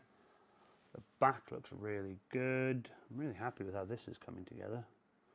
So when the top piece goes in here, then you'll be able to pull these two down, glue it all together, and you'll be able to glue across the top here as well, because there's always a small gap, but you can just fill it with some caulking or hot glue just to give it some support. Now with that cooling there, I'm going to grab another glue stick. There we go, grab another glue stick and do the other side. Now it doesn't matter if it opens up a little bit, but I do try my best to keep this closed. Just inject the hot glue right down between the PVC pipe and then over the top where you put the super glue earlier, just to help seal that off a little bit, and then right in the corners as well. Okay, now while I am waiting for this to cool down, I will turn the gun this way. I will hold it together, making sure it's dead straight. Now remember, the bottom section still not attached, you can see. That will get attached shortly, but I will make sure that it's bang on in line with everything before we go any further. Now, confidently I can do that right now because I feel like it's cooled down enough. So with the section that moves, normally, way back when, I used to build this box with a flat piece, but it always used to get in the way of the barrel, because if you have a flat piece and then a round piece that goes on top, it would always interfere with it. It would lift it up about 5 mil-ish. So for some time now I've left these empty, other than occasionally when I need the support for the power pack, for example. Like in my previous build, I will take these pieces and I'll put them in and I will glue them in after this has been glued, which is what I tend to do with this one as well. So right now, that's curing. And before you go any further with like adding foam and stuff, grab another hot glue stick. It is time to put hot glue in to hold the PVC pipe in place on the underside. I just let the hot glue slowly drop into place on both sides of the PVC pipe, and that will slowly melt its way into those little crevices. Again, sorry you're not getting a super in-depth look at this, but I will show you exactly what I'm doing in just a moment. Making sure that's all in there.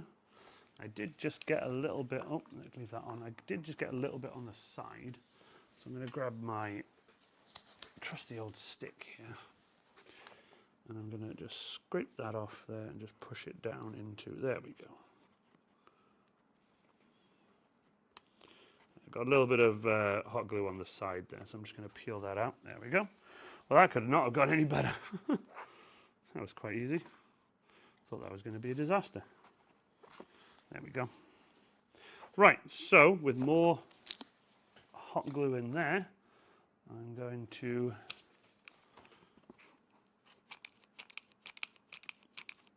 pump stuff into the back of the PVC pipe here. And I'll show you guys exactly what I've done once I'm just complete.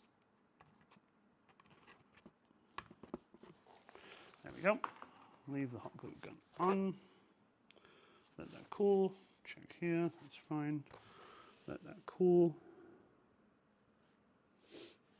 So just to show you guys what I've done, where the PVC pipe meets the very front of the stock here, I have put hot glue around where the back of the PVC pipe meets that, where the foam blocks were, where the foam cylinders were even, right at the back. I've just filled that in just to give it a bit more anchorage.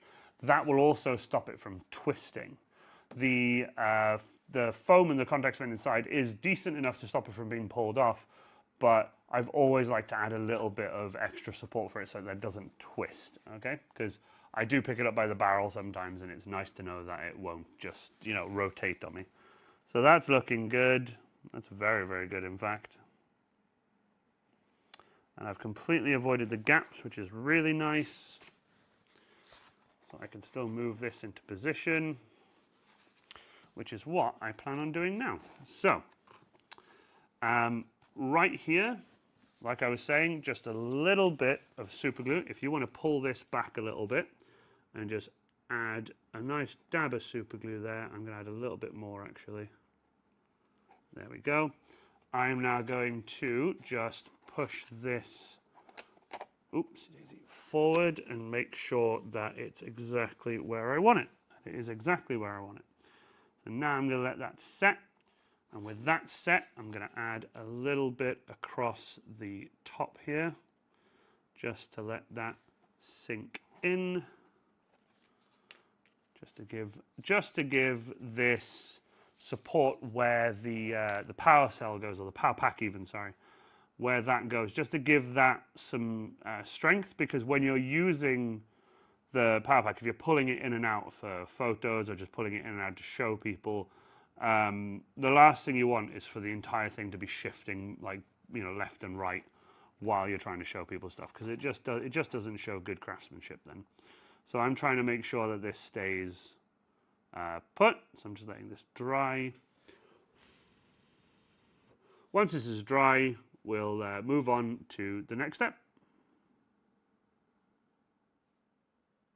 So there we are. This is what you are currently looking at. Let's recap. We start off with 4 10mm pieces of EVA foam to make the stock. We laminated those together with a 8mm steel bar inside. We then took this over to the belt sander and refined it into a stock shape, which is more rounded and curved and looks more natural, ready for roof seal and paint and all that stuff. We then contact cemented on the circular pieces here with the housing for the power cell. There you go, right, with the housing for the power cell. After that, we built the main block here for the body. So that's now on. This is now completely cured. Everything here is completely cured. All the hot glue is now sorted. This has been super glued to this. That way, this is now rigid and will no longer move. That way, you can take the power pack in and out without any issues. I did end up hot gluing a piece of 5mm foam right at the very back here for later on. Basically, if I want to add any extras in here to help support this, which is what I did with the other one, because this does move a lot when it's inside. What I tend to do is add a 10mm stub here, this large stub here, and I pile some foam up inside, so when this does go click, that foam will then hold it. It's just a case of sorting out the back and forward wobble then, which is what I use the 2mm foam for inside the other one. But those are semantics, those are details for later on. I did add a bit of hot glue in the back here underneath these pieces. I also added some in here. This will get a heavy amount of caulking on it, so it's all smooth and smooths out into one piece. So this will get that later on. But right now, we are about to cut the 10mm, 40mm wide piece that goes in here to close off the back end here, so we can then start moving on to the front portion of the las gun. So let's get that cut, and I'll meet you back here in just a moment. And we're back. I've got my piece of 10mm here that I'm going to slowly slot into here. What I'm planning on doing is super gluing this in, because the measurements I've done are just so like tight in compared to like when I normally glue something in. These are very tight, that I think super glue like by itself will be more than enough. So I'm going to put some super glue on the end of this and the edges. Hopefully then I'll have enough time to be able to put this all together accurately without any issues. So if you bear with me just a moment, or if you're doing this with me, apply your super glue like so. Make sure I got the right end. Gonna pop this right in at the end here, trying to make it as level as possible. Now mistakes do happen. So far during this build, only one little mistake has happened. But when it comes to going large pieces like this, something's bound to go a little bit wrong. But it hasn't. Very shocked. Very shocked. Normally when I glue something as large as this, it tends to go at least a little bit wrong. So I'm just going to add an additional bit of super glue to here, because this top bit didn't quite close as much as I wanted. There we go. I feel like I'm going to go through a few of these little super glues. I don't have to worry too much about the top of this, because I take my my orbital sander later on, and I sand it down a little bit just to clean it up and level it off a little bit. So I do that. Now, back here, as you can see, there is a little gap. There's a gap at the back here. Leave that gap for now. We can clean that up later, either with a piece of 5mm at the back there, or I usually put a little bit of caulking in there or something, or a bit of hot glue or something, just to hold that piece down. But it does still mean that we have this nice bit of detail that goes around here, and the nice bit of detail that goes around here. So you're still getting that lasgun look with the nice little gap around the edges there, and of course the nice little gap around the edges here. So I'm just double checking everything now. Now that I've got the top of it done, just aiming it a little bit, bending some of the foam back to make sure it looks good. Fantastic. Now, with this portion complete, we are now ready to move on to the front section of the gun. Now remember, we're just building the main building blocks of this, okay? We're not doing all the details and stuff as of right now. We're just building the main building blocks for this gun. Now, the other day, I did actually sort out a temporary flash hider to put on to this barrel, just as a, sorry, can't do it without doing it like this. There we go. And I wanted to test this out on the barrel before anything else, just to see how it looks, basically. And I'm very, very happy with how that looks. So let me just show you guys what this looks like currently. We haven't gotten to this bit yet. I just wanted to do a test fit, basically. But I'm very, very happy with how this looks. I really am. You could do another test fit with that. You know, just have a look at it, just make sure. By the way, this isn't the full length of this. By the way, this gets put into here, so I don't want you to panic thinking that this is like too long, because that is too long if it was there. But no, this goes around like there-ish, something like that. But yeah, we have got several other little things to do. I'm really happy with how this is coming along. It has been quite a long day for me today. I'm still working away on this lasgun. It's been a fair few hours now. So what I'm going to do, I'm going to get everything ready to attach to the Aquila block. So if you bear with me, I'll be back in just a moment. So here we are at the installation of the Aquila block. Now, you will need, for the installation of the Aquila block, you will need the PVC pipe, the shorter one. Now, this is entirely optional, okay?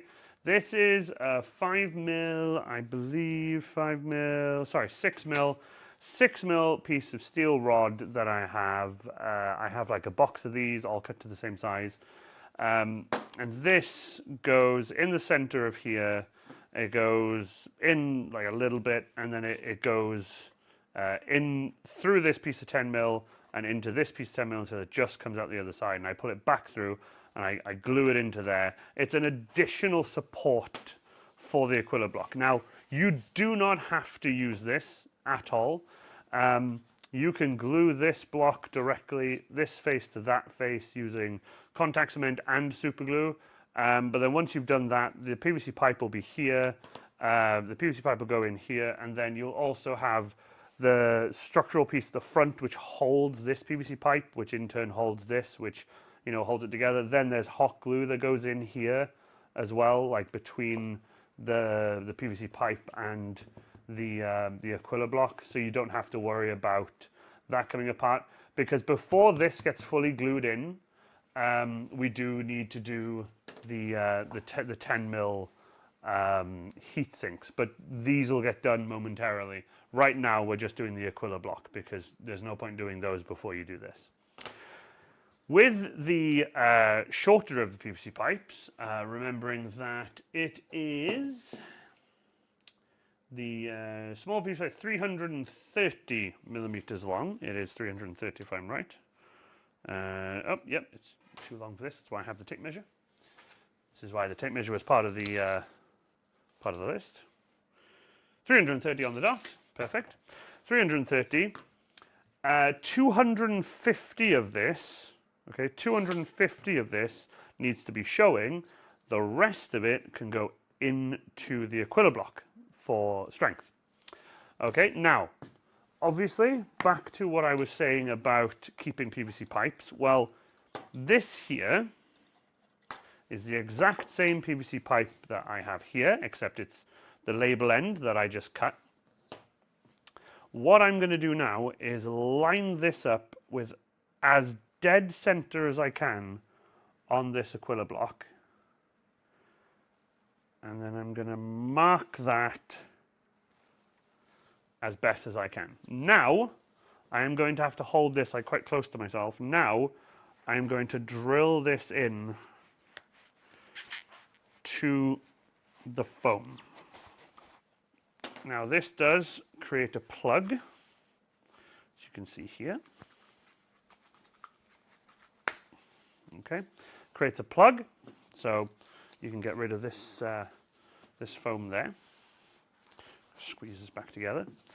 I need minimum of 250 mil sticking out, so I need to put this in a little bit more. So, continuing to drill with the PVC pipe.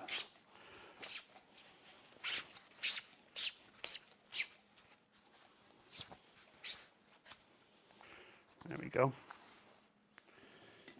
Then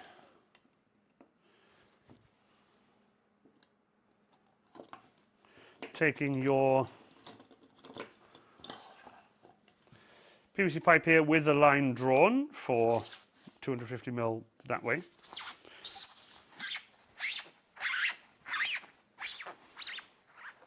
There we go. Okay, there we go. Sorry about that. I did have to fight this a little bit because the Aquila block, the foam in the middle is a lot softer, and I keep forgetting. But the issue I was having was the PVC pipe was going in, but it wasn't able to be put straight because it was inside the foam already. So I had to take it out, heat gun it, and straighten up. So if you need to do that, please do so. So anyway, I'm going to flip the gun back towards myself. Move this stuff out of the way. I'm going to double check this now. So as you can see, this is dead straight with that, but it's not dead straight with that. Sorry for keeping it off camera there. I did need to check it and double check it because I have to make sure this is straight before anything else goes on, like gluing, for example. Okay, so I did need to take this over to my other workbench, heat it up with a heat gun and straighten it out because I was having some serious issues trying to get this to stay straight. It was a bit frustrating, if I'm going to be completely honest. I've never had that issue, but now it is straight with the barrel, and it is straight this way and that way. It's straight up and down. It's now straight, okay? So I'm going to mark the center line and put bottom at that and top there. So that way I know when I put it back in, because obviously I'm going to have to glue this back in a moment. But before I do, I'm going to check the depth of this against here. I'm going to mark that with a black mark. And then I'm going to take this and once again, right in the center, push this into the foam. This will now have enough strength both ends that you'll never have any issues with it. Once that goes into here, which I'm going to mark now, like so, once that goes into there, along with anything else that I need to sort out before gluing, I can then finally fully glue this and that in together, and then this will able to be removed and put on and tested before fully gluing it on the underside of the barrel here. So if you bear with me just one moment, I'm going to have a seat here, and I'm going to pop this through the hole I just made with the center mark. So I'm going to do that. Instead of using a drill or anything, just use a piece of threaded metal. And then same again with this. Thread that in. There we go. I'm going to unthread it.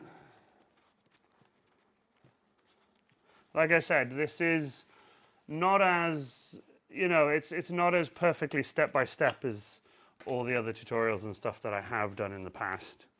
But it is good enough that, you'll be able to understand how things go together. I'm going to pop that there. I'm going to pop this in there. And then, actually, hold on. I'm going to pop this in first. Find the actual, the second hole that I made with.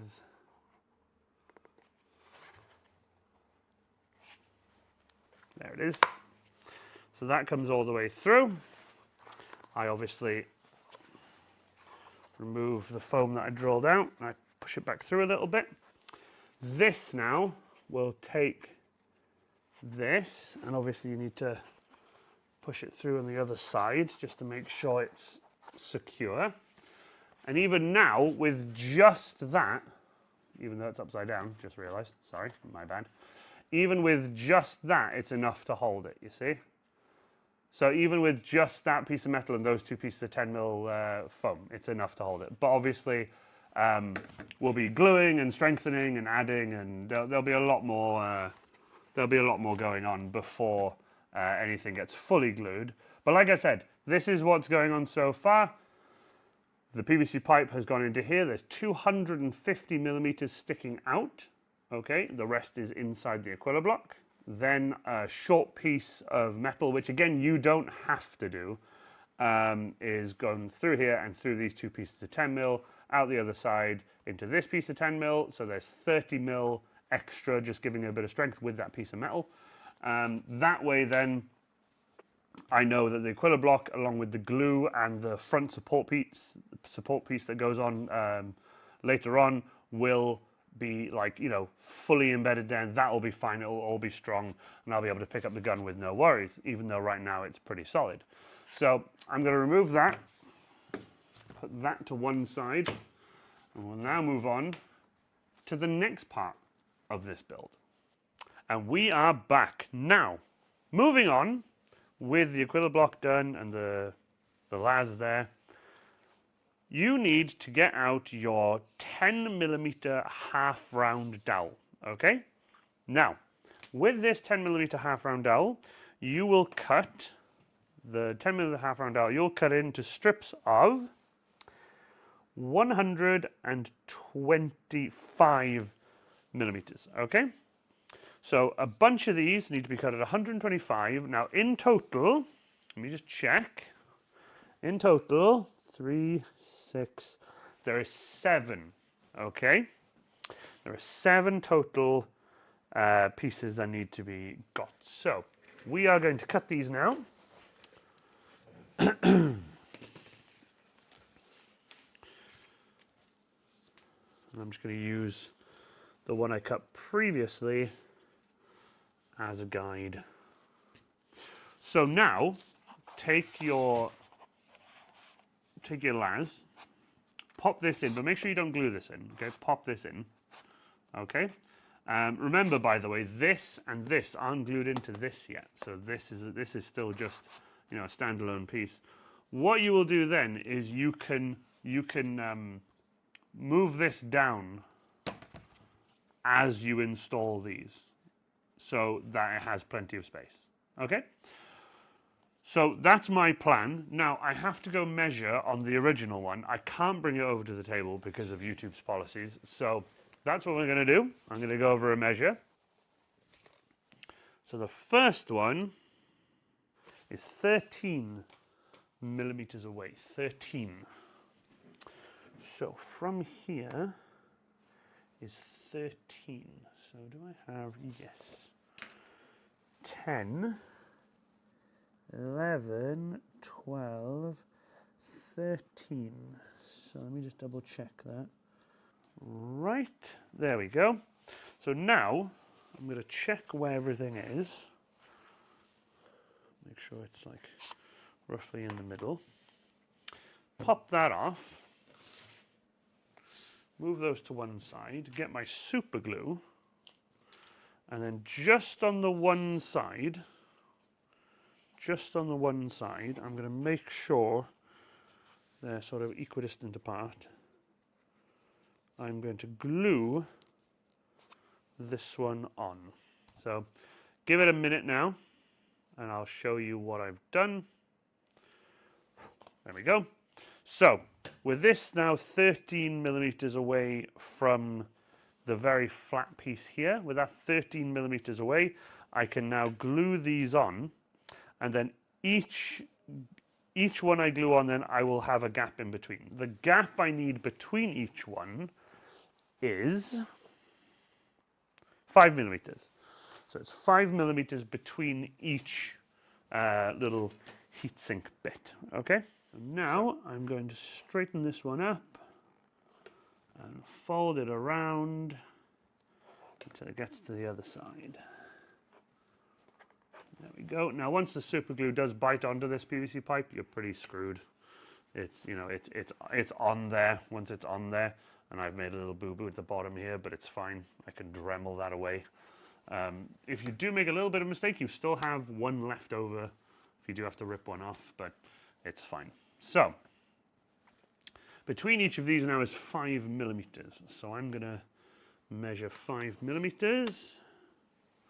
And with my pen, I'm going to draw a little line. It's not the best, but it's enough. So all I have to do now is line this up with this, pull it around, slide it down the pipe a little bit so that there's 5 millimeters between it, and then I can glue this one down. And now, with the acrylic block back on, you can see how they all just tie in together really, really nicely. I'm really happy with how this looks. One was a little bit wonky here, but honestly, when you're looking at pictures and stuff, no one will really know. So I'm just checking out here now. I think this is a way better way of doing it. So if I make another one of these, I'm definitely going to go this route and glue them on before putting the acrylic block on. I think that'll just be a much better idea. Now, with that being glued on everything, it is now time to move on to gluing these on. Okay, so it's time to glue these together.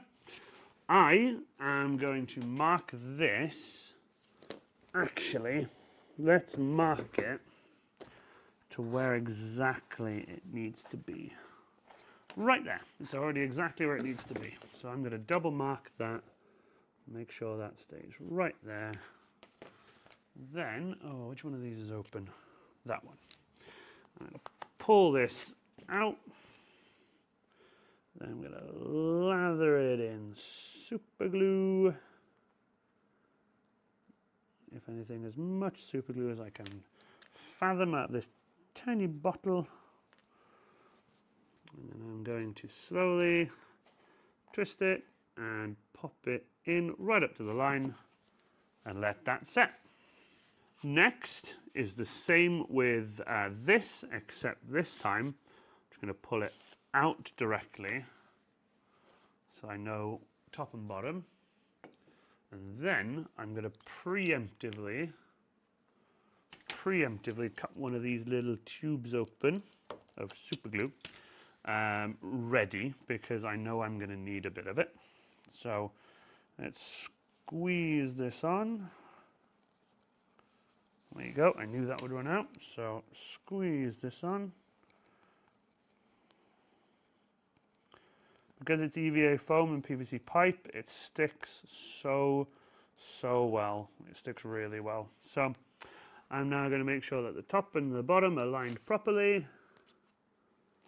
And then let that set. So now that that's there, let that set. Put the lid back on this, put the lid in the bin. Ooh, pop that back in here.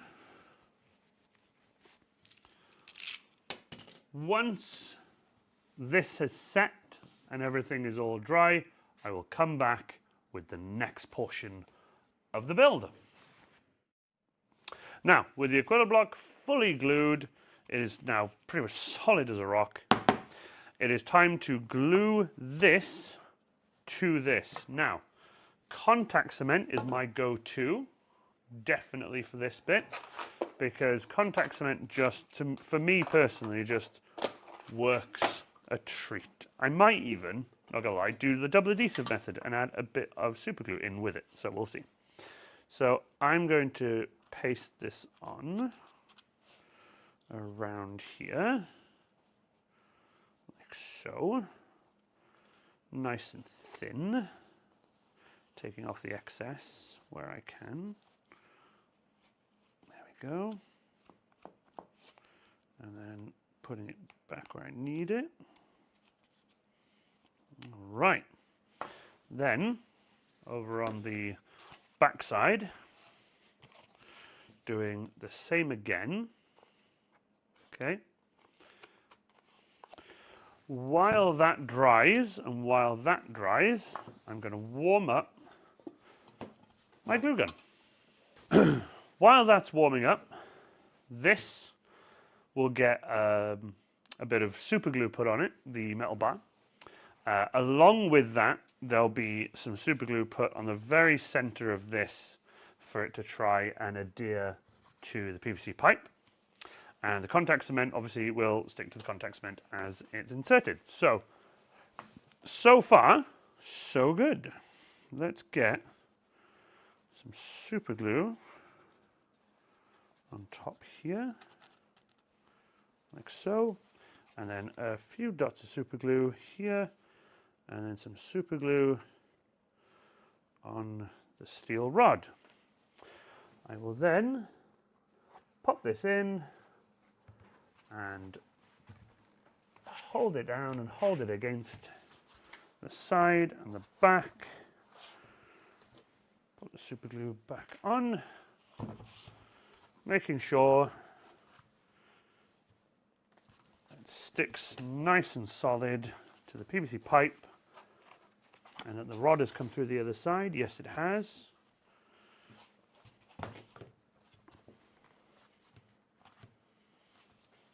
And that is pretty much it, okay? Now, while the hot glue gun is warming up, I am going to prepare the next section. Ooh. I'm going to prepare the next section for you guys.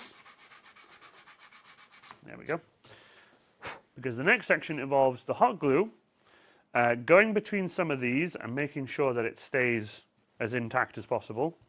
And then the addition of the support, and after the support, the flash hider, and after the flash hider, the magazine, and after the magazine, details, okay, or power cell, or power pack, okay? So once that's done, warming up, we'll get to the hot glue stage. With the hot glue gun now warmed up, we can do the next few little bits. Now you don't need a lot, trust me, you do not need a lot. Bring that a bit closer. You don't need a lot at all. I just pump it just between each of these, just to give it a little bit more of a bond, if you will, because it's foam and PVC.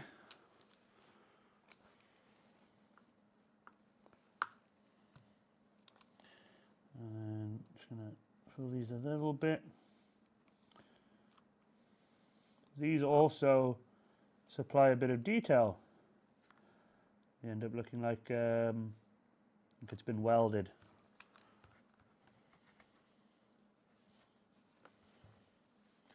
Making sure not to keep the glue gun on top of the PVC pipe in case it drops some hot glue on top of the foam.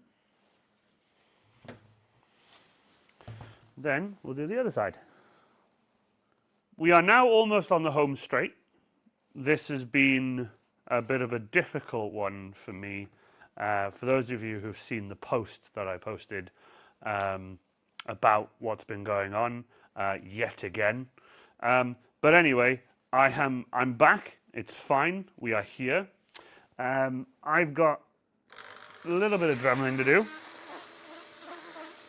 Just a little bit. But anyway, I'm proud to say that I'm back, and I'm very happy. I am now limited in what I can do on this particular build. So if you haven't seen the post, by the way, it is available in the link in my description. It was on my Facebook. So if you guys are willing to go and have a look at that, it's entirely up to you. If you want to see some YouTube drama. Anyway, it is now time to attach this.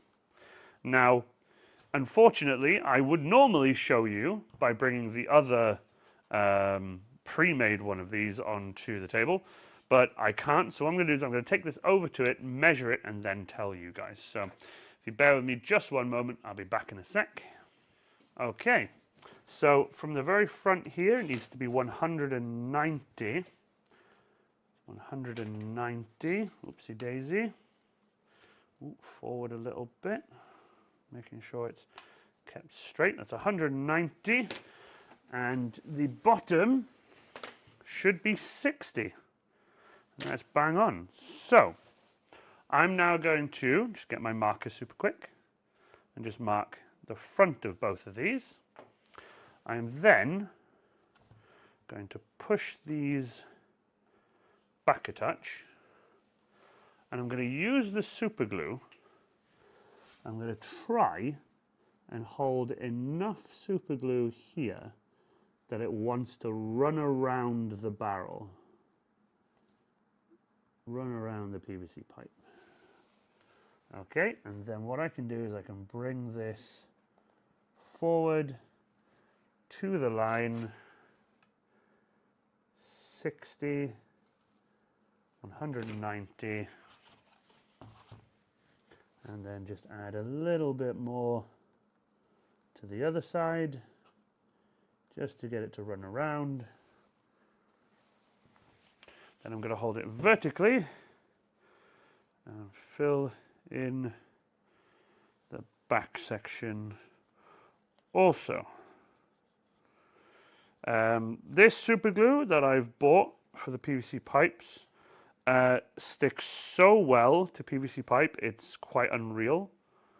It does it does make me worry because you don't get any time to sort of, well, you do get a little bit, but you barely get any time compared to the old super glue I used to use. So I just hold this against the PVC pipe and make sure it adheres.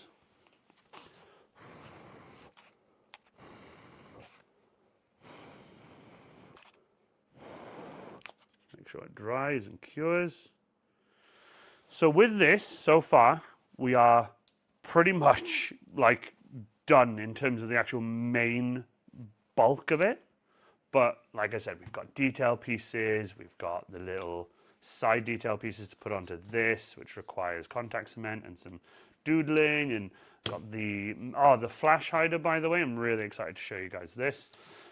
And these minor detail pieces. Along with that, by the way, there are the large blocks that need to go on the back before we do these. I've got a little explanation I need to do for that for you guys before we continue. But as of right now, this is where we are. I'm really happy with how it looks. Just sorting out bits of the PVC pipe a little bit. That's good, that's good.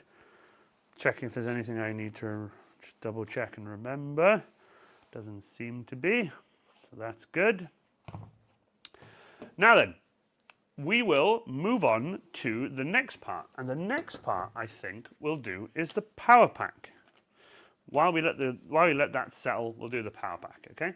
So I'm just going to move these to one side. Don't have to worry about those just yet. We're doing the power pack. Now, I have a power pack. Here is one I made earlier. And if I'm right, this goes like that. So this goes like that, if I'm right in saying. This goes in like that really, but I'll do it like this to where the las is pointing currently. So I've got 2 pieces of 10, 2 pieces of 2. These are also on the pattern, by the way, which I will get now actually, because I need to explain to you guys what pages they are. This is page 4 of 7, and this is where you will get this piece, the detail piece, and the main body and the detail piece that goes on the power pack, okay? You'll cut out 2 of each, 2 of the details, and 2 of the main power pack, if you will. And this is where it gets quite interesting, because I use contact cement for this, and it can get a little bit messy. So, if you bear with me one moment, make sure I've got this right. Yes, I do. The fiddly thing with these are, right, it might not look like it's the right size, whereas it is, but because of this cutout in the middle, it wants to flex a little bit and it won't sit properly sometimes. So what I do is I bring it right up to the edge here, and I will glue from there. And then as I get to the edge, then I'll move it outwards, you know? So, right, we have, let's see, let me just double check everything. Yes. Yes. Then that goes like that. Awesome. Okay. There we go. Brilliant. Okay. Right, so we'll start off with just the first one, just so I can show you guys how it's done. I like to use my pen. I'll take my pen. I'll line this up with the edges as best as I possibly can. And I will draw around each piece.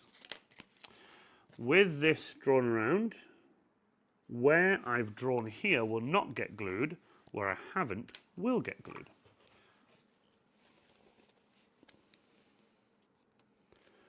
And with 2mm, you can stretch it a little bit. That's what's so good about 2mm. You can be like, it's a little bit, you know, a little bit off on the side. Don't worry, just pull it. Right, I did get a little bit of contact cement on there. I'm going to try and use my contact cement stick to get it off, which worked. Holy crap. So that is one side. You can see there. So that's one side. That's 10mm with 2mm, so 12mm total.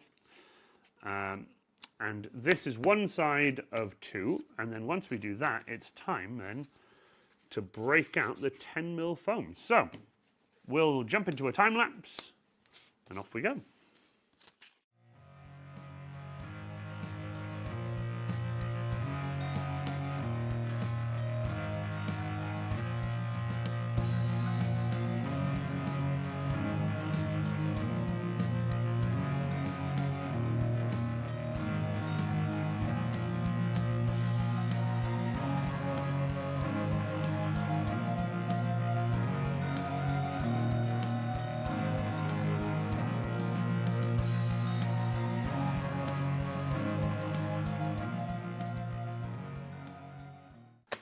Now with both of your side pieces, the 2mm pieces glued on and the 10mm pieces glued to the back of those, you are left with essentially what is almost a power pack. Now, what you'll notice here is that this power pack is missing another part. Well, what you need to do is go back to your pattern and cut out another one of the 10mm pieces, because when you glue all three together, you have yourself a power pack.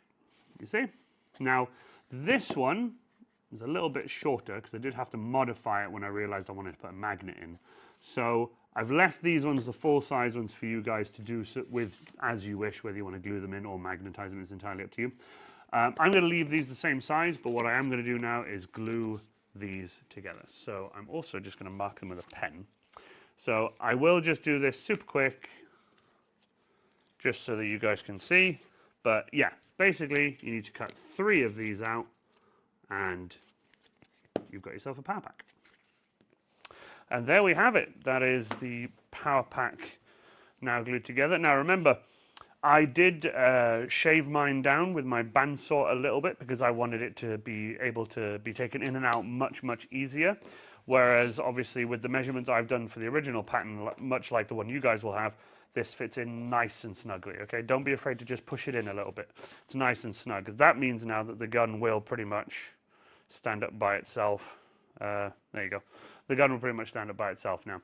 But anyway, before we continue, I just want to give a massive thank you to everyone who is watching this tutorial. With the difficulty I've had giving birth to this tutorial, I want to just thank everyone for the support and everything just before we get into the final stretch. So next up is the flash hider. One of my biggest achievements, one of my most favorite things. I'm so happy about this. I was able to create this pattern in my head, believe it or not, and I was able to then flatten it out on Lightburn and then figure it out, and did, I think, 3 different versions of this before I came up with this final pattern. Now, this requires super glue and a Dremel. So what I do is I use the Dremel just to shave off a little bit of the laser etching I've done on here. For you guys, you will just super glue it immediately. You won't have to worry about it. So my first job now is to fire up the Dremel, and in a super quick flash, I'll be done. Now, on the edge here, you would need to apply just a little bit of the super glue on both of these, right? And then all you do is bring these around and squeeze them together. Point to point, that's it. Just point to point. There we go. And then once that is done, you can squeeze this back to its round shape. Grab the front end of your prop. And then this is where you just slowly just feed the first bit on nice and slowly. Slide that on, and when you get to the second bit, put your thumb inside and just feed it over the top, okay? And that's how that gets glued on. Well, gets put on. Now, before we continue, I do need to measure the original to make sure the measurement is 10 millimeters. So 10 millimeters of the PVC pipe should be showing out to the end of it. So measure directly from the middle, measure directly from where the seam line is, pull it forward slowly, or push it back in my case, and make sure that 10 millimeters is showing. With that portion done, I'm going to pop this in just to give it a bit of presence. This is what you should have currently. Okay, we are now working on the rear portion of the las, right? Now, on the back, as seen in this image here, are the sort of bump stock, not bump stock, sorry, stock like padding, if you will, the thing that goes against your shoulder for when you're firing it, right? Now, I use 4 blocks of my high density 20mm foam that I cut on my bandsaw. For you guys, I would recommend stacking 2 strips of 10mm foam and then cutting those with your craft knife. So for example, each of these blocks is 20mm in thickness. It's 40mm wide and 30mm tall. If you measure 2 pieces of your 10mm EVA foam and put them on top of each other, you get 20mm. If you then make sure that you can get 4 blocks out of it, so that's 1, 2, 3, 4. If you make sure that it's about 120, well, 130, say, so you have space to cut. If it's over like 100, if it's over 120 long, and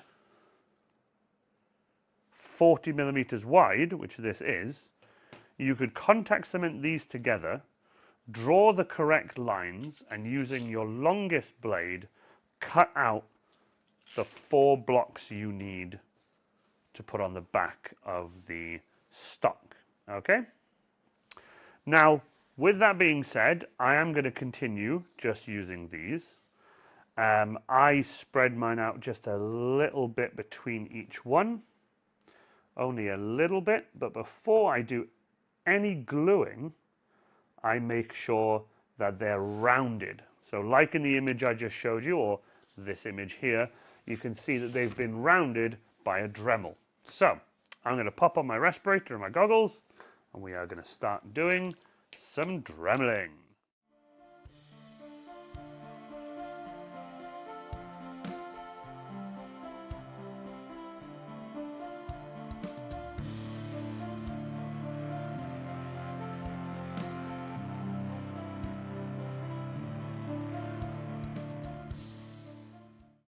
Now, with all 4 of them shaped the way I like them, I can now glue them on. Normally I would use contact cement, but I do first of all have to clean up the back of this because they won't stick to the laser burnt foam. So I'm going to not be able to stick these on. So I'm just going to take about 1 millimeter off this over on the bandsaw. So back in a moment. And there you go. I cut the perfect millimeter off. This is like a perfect like pad of laser burnt foam, which is very, very cool. This now means that I can glue on to this end without any issues because of the clean end of foam.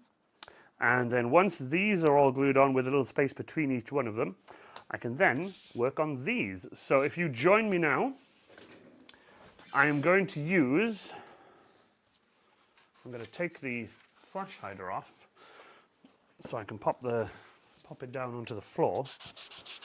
Remember, don't glue the flash hider on. Whatever I say to glue, glue. Whatever I say don't glue, don't glue.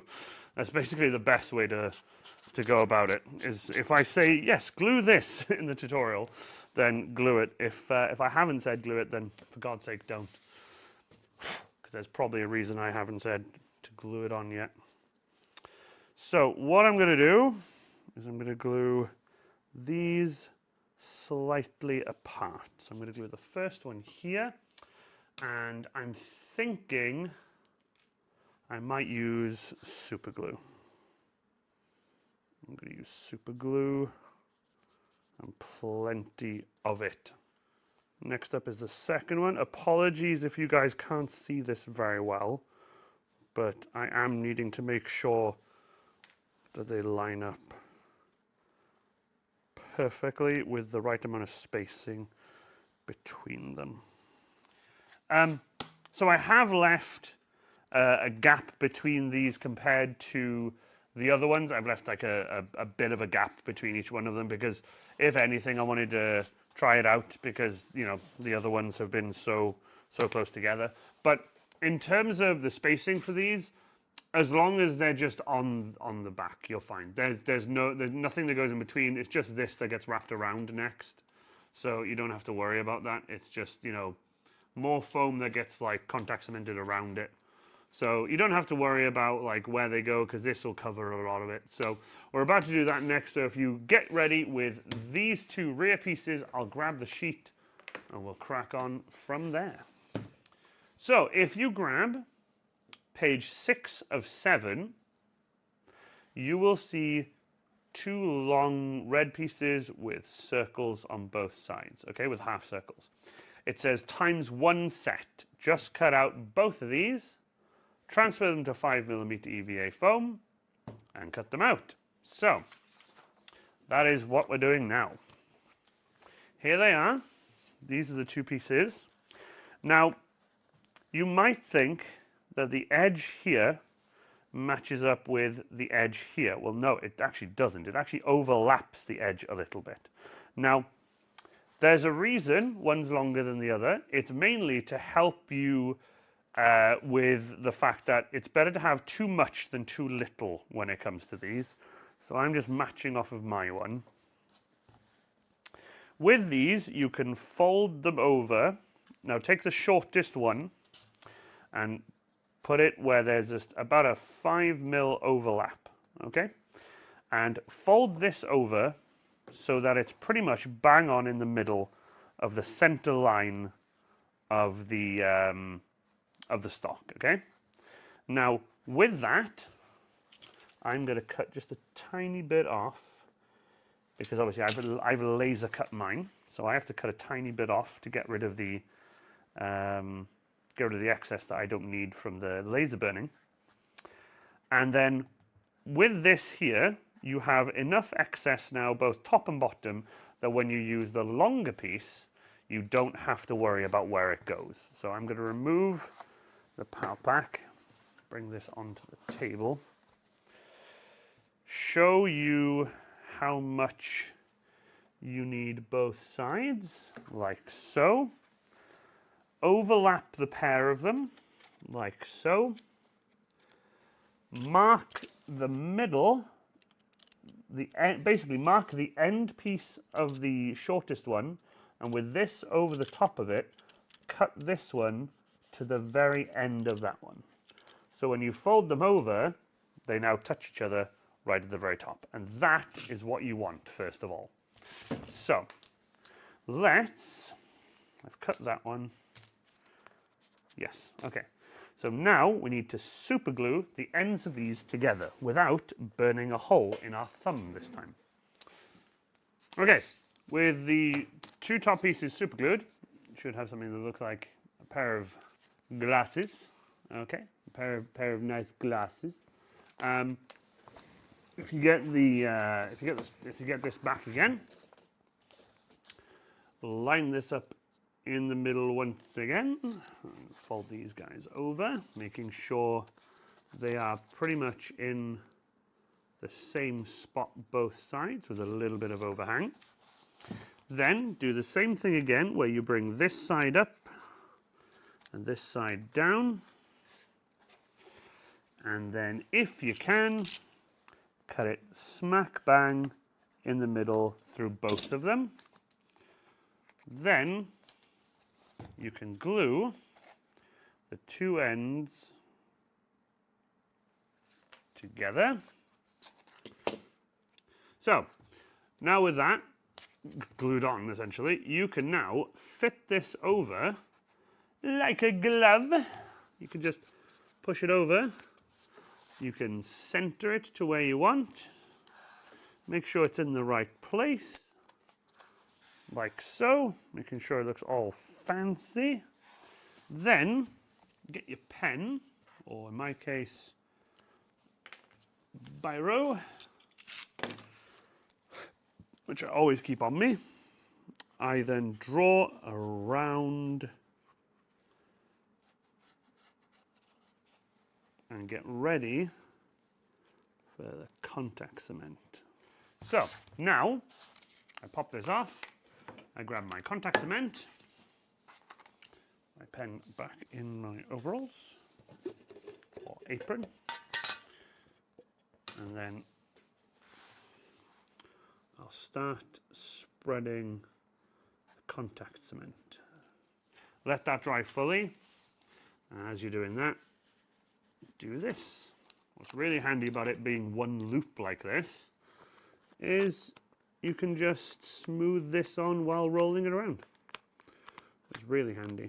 Oopsie daisy, bit of dried contact cement there.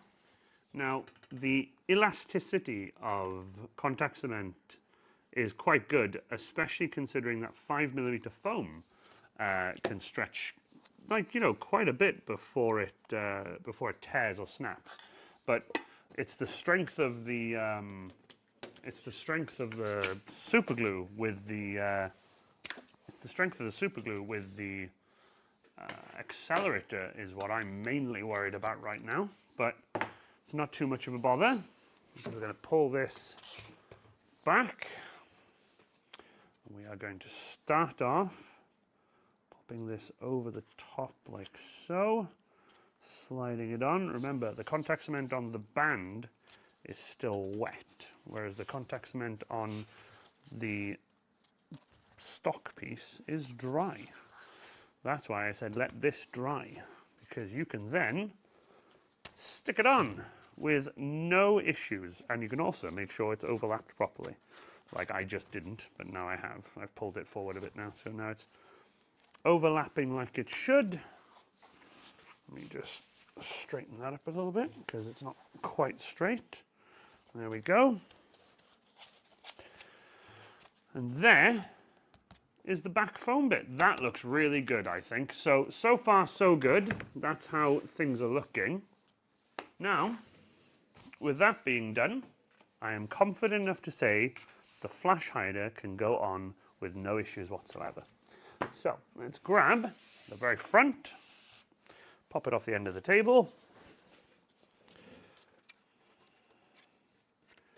pop this back on, because obviously I took it off earlier to be able to put the PVC pipe on the floor.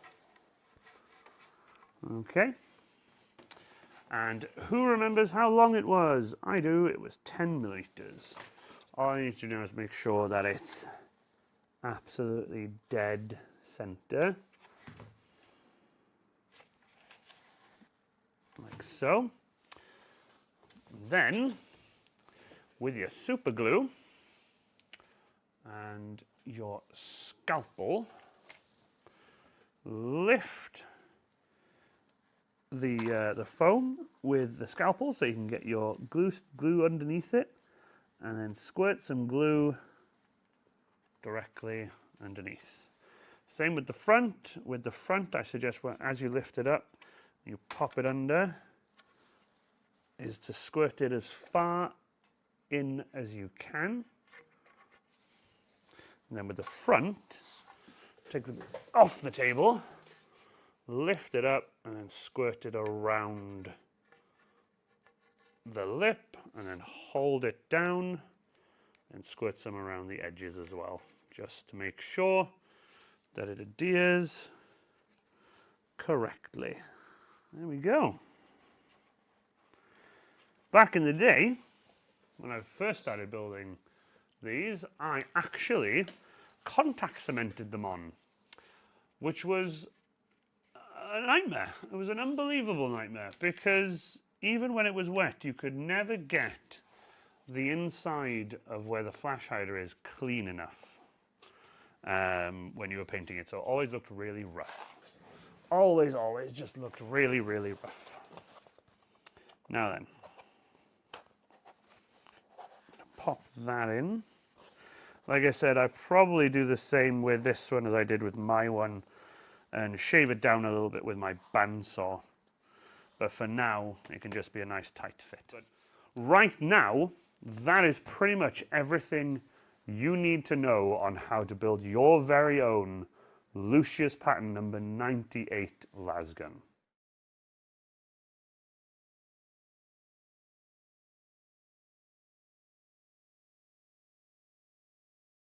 We're now moving on to details and hardware. Details and hardware basically are the little tiny little bits that I do to my lasgun to just give it that little extra pop. We'll start off with these two pieces here.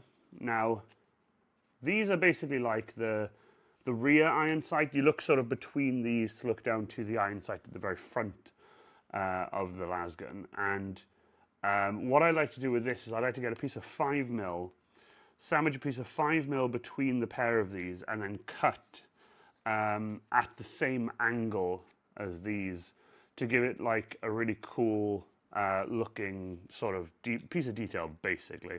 I'm not 100% what it's called. I'm going to call it like the rear iron sight or something, but you get two of them here. I have laser etched a little circular detail on there. You guys can do what you want, leave them blank if you like. It's entirely up to you. So I'll move that to one side. Actually, I'll move that down to there. There we go. So with these, I like to get a piece of 5mm. It's just a piece of scrap 5mm I have. And I like to make sure that I cut it as square as possible so that I can glue at least one side on and then you don't have to worry about the other side. So I'm going to grab this and my ruler. The size of this piece I like to do at the same length as the pieces that you've cut out, so it's the same length as this, at 30mm wide. Okay, so I'm going to use this end here, this cut piece here, and we are going to just square that off actually. So I'm just going to cut this down because I have untrimmed pieces of foam, so I need to trim it myself. So I'm going to take a chunk of this off.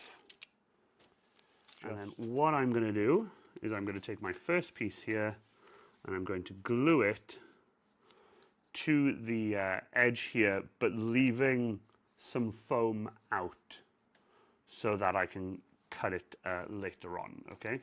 So what I need to do is I need to check this first and cut 30mm. I'm going to cut 30mm and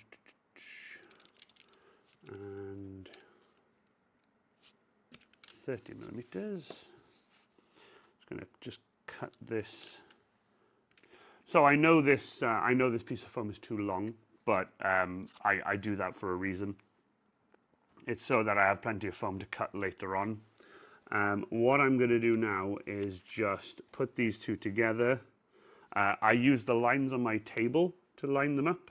So I line both of them up with that side now, and then I'll grab some super glue and I will super glue the edge to the edge. So, and then the same then with the other side.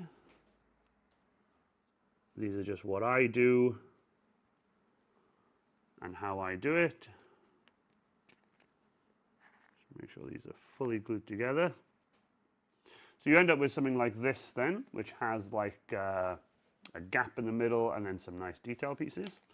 And then what I like to do, super quick and simple, I just take my knife at the longest point and I will just slice it off at the same angle. So that way then it looks super fancy. Now this will get glued at the end to the top here near the back with the circles towards the back. There we go, like so. That's how that gets glued. Right at the very back like this, like that. That's how that gets glued. Now, this won't get glued on right now because I do need to sand this, so I'm going to leave that for now. But that is just to show you that detail piece. Here as well, some additional detail pieces I've got. I call them the magazine release, like the power cell release. That's where I would, because it's next to the trigger, you just push it with your hand and you can pop it out. So that's what I'm going to glue on next. Let me just move these little detail pieces to one side. So that's what I'm going to glue on next. And this, I always glue down here, essentially, just right down here. I'm leaving room here for the circle detail piece that'll go on later where the skull goes on. So I'm going to leave that till later. But for the demonstration, for the whole point of this sort of detail thing, I'm happy to glue this on now because I know where that circle goes later. I'm just going to leave a gap, that's all. And super glue to glue on details is super handy. I'm just going to glue it to there. That's handy, there you go. I'm going to do it right there. In a moment as well, another detail piece will go here, and I'll show you now. You don't have to do this. Again, this is just entirely things that I do, okay? Next up are these two circles. These are included in the pattern. They're just two circles on one of the pages. It's just 2 circles times 2. I glue these on, again, with a bit of super glue, right here. That's where I glue them, right there on the 90-degree angled piece with the curve there. That's where I glue them. So I'm going to glue that one. I don't worry too much about these two being in the same place, but I do like to make sure that they go on, because when you see one side of the gun, you'd have to flip it back and forward and really look for those details and mistakes. But me, I don't mind too much. As long as this is roughly in the right place, I'm happy. So, there you go. This is what it looks like so far. Now, of course, with the power pack, I've mentioned before, there's a little red dot here, okay? I just use those as like guides. The way I attach these, I've got these 2 little laser cut ones I did earlier, making sure that this line here goes towards the front of the las gun, okay? So you do it like this, pops up like that, and then I'm going to get a tiny dab of super glue. Oop, this side. Okay, and then I will pop that right there. So now when I pop this back in, I know which way it goes, because it'll only go one way. It'll only go with that slotting into this little semicircle hole that we cut out earlier. Brill. So now, when this goes in nice and secure on both sides. I'm very happy with that. So obviously, this is very loose right now, okay? This is very loose because I haven't added the 5mm foam inside to make it tight, and I haven't added the magnet either. But just to give you a demo, when it has got the magnet and everything on it, it'll magnetize in just like that. And then that's pretty much it, okay? So, with that being done, this can be left blank. If you want, you can add a skull to it. You can add an Aquila or something in it. You could 3D print something and put it in there.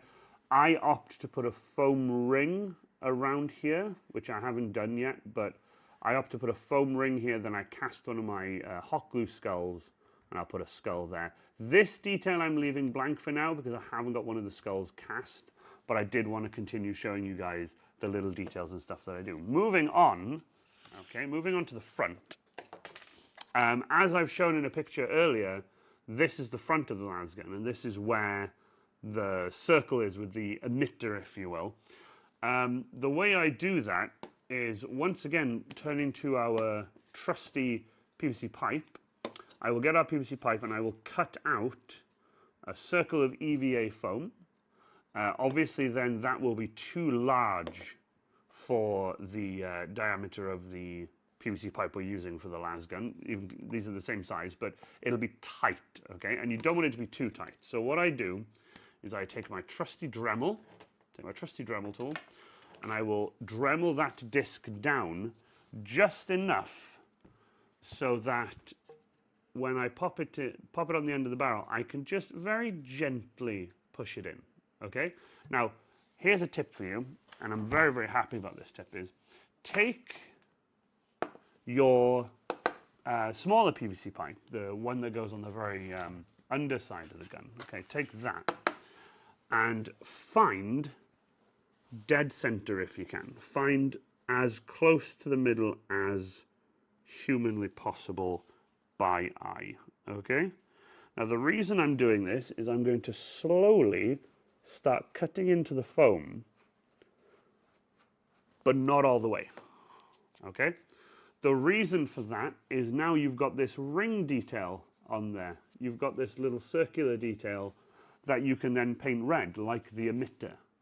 So normally I use the smaller copper pipe that I have, but I've opted for the slightly bigger one because in a lot of the pictures I see, the emitter size I've done is a bit too small. So I've opted for the PVC pipe this time, just to give it a bit more visibility when you are pointing it at a camera or showing it to somebody. You can see the emitter a bit bigger. I've not done it on the other las guns, I've done it smaller on those ones, but this is the size I'm going to use for this particular one. Like I said, they're going to be as identical as possible. The paint jobs will all be different and everything, but I'm going to do my best to just modify them little bits at a time as I go. So the next thing to do now is quite a sticky job. It's a bit of a messy job, but that is to glue this in to the barrel. Now, I do use super glue.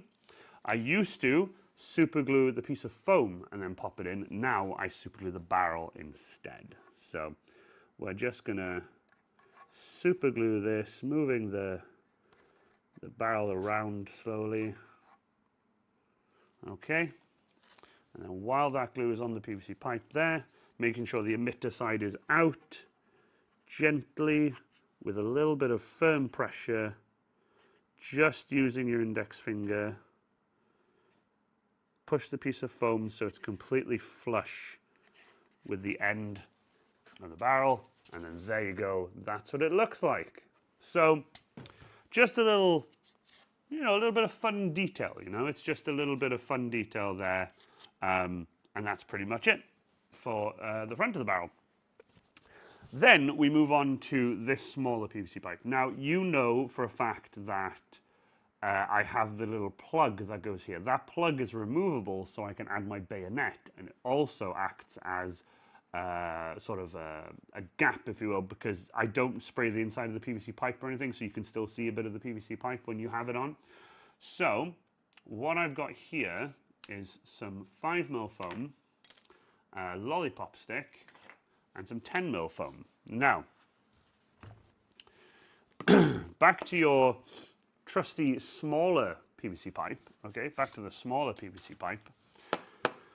Find some 10mm scrap EVA foam and then slowly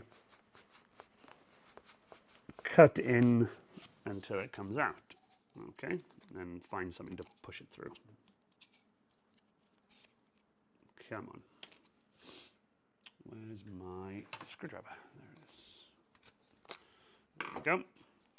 So you will have this little circular piece of foam. Now this is the perfect size for the outer diameter of the PVC pipe. You don't have to Dremel this. I personally just clean up the back end a little bit.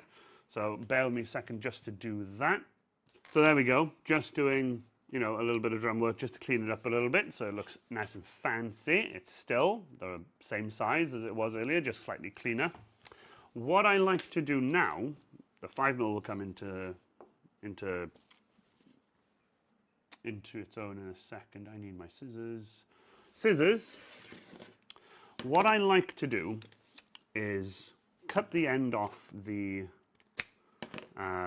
lollipop stick here and find the middle roughly of this piece of foam. When you mark that in the middle there, take your scalpel and gently slice, not all the way, but gently slice into the foam. Okay, not going all the way through, right? What I do then is I will take this lollipop stick, and I'll put some super glue on both sides and a little bit on the end, and I will push this into that slot. Okay, let that set. Next, I will take some 5mm foam and just using my scissors super quick just to cut the end off a little bit flush there. There we go, just cutting the end off a little bit square there. I will take this and I will measure it against the lollipop stick, okay? Now remember, you're not going to need all of this. I'm just measuring against the lollipop stick. I will then take my knife and just score a little line up to there, okay? And I will then follow that line all the way down to the end. Now, I go for about 20mm, 25mm, something like that. And I will cut the lollipop stick off like that, okay? I will then take my Dremel and just round off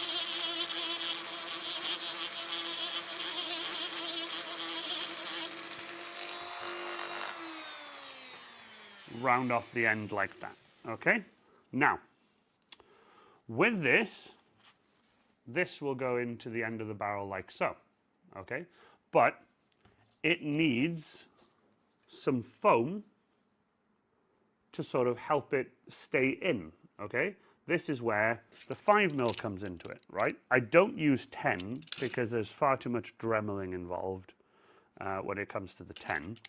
So what I do is I will place that length I just cut onto the lollipop stick and then cut it at the very end, okay? What that does now is give you a slightly thicker piece to be able to put into the end of the barrel, okay? Now, you don't have to worry about it not being tight against the barrel. This is where electrical tape will come into it, okay? So grab your super duper glue and glue these guys on. Now, these don't have to be super tight, by the way. These really don't, because they just need to be in there when you're like running around a con or anything like that, and it doesn't matter then how, like, it doesn't matter that they don't have to be super tight. You have to be able to remove it or whatever. Now, right now, that is super loose, but that is where the electrical tape comes into it. The reason I use electrical tape is because it's like a rubber. It's like a rubbery sort of tape. I don't use like masking tape or sellotape or duct tape. I definitely don't use duct tape. And what I do now is right at the very front, right where this circular piece is, I will start wrapping this up in electrical tape to get it to the diameter I need it to be for the end of the barrel. Again, back in the day, I used to use just a single piece of 10mm foam without the circle, and I would just pop it in there just to hide the hole, but it didn't look very good. And then I opted to do it like this, and this is far, far better in my opinion, because you have more control. If I used 10mm and Dremeled it, if you then Dremel too much down, which I've done in the past, it prevents you from having a plug. You have to then redo it. There we go. So that now is starting to get very tight, and I think, like usual, I've used too much tape now. So it's always a balancing game. Now remember, with this now, I can just take off a layer of this tape. You don't have to do it this way. I've just found this way to be the best way for me. There you go. So I'm just going to pop these back on. Waste not, want not. So now this could be removed and put back in at will so that you can pop on your bayonet. With all those details done, the side details here, the little details on the side of the power pack, the plug here, the end of the barrel, all that kind of little details, the top part, for example, this that goes on top of it, which I won't be adding on until I've sanded it. All of that detail is like details that you cut out and things like that, okay? Now, the next bit of detail is entirely optional, but I will show you how I do it. I remove my sanding bit, and I have this little stone bit. You can find them on eBay. This is my first one, believe it or not. This has never like died on me yet. It is very worn. It's very, very worn. But this one has like a hole in it. So it has like a little indentation in it. It's like a circular indentation. And I really like it. And what I use this for is to make rivets. Now, rivets, a lot of people, you know, here nor there about rivets. I personally dislike using googly eyes because they just make too much noise. They're just so noisy. I don't bother with them, but what I like to do is I like to indent them into the foam using my Dremel. So what I'll do a little bit with audio just to show you guys, and then the rest of it I'll do as a time lapse just to show you. But what I do is I use the end of this Dremel, and using the flexi side of things, I will push this into the foam while it's running, okay? And it'll just give you that really nice little rivety detail, okay? Now, again, placement, I place them in the exact same place on all my las guns, but I don't want anyone to think that you have to do this. This is entirely optional to you, okay? So here we go, on the lowest speed you can.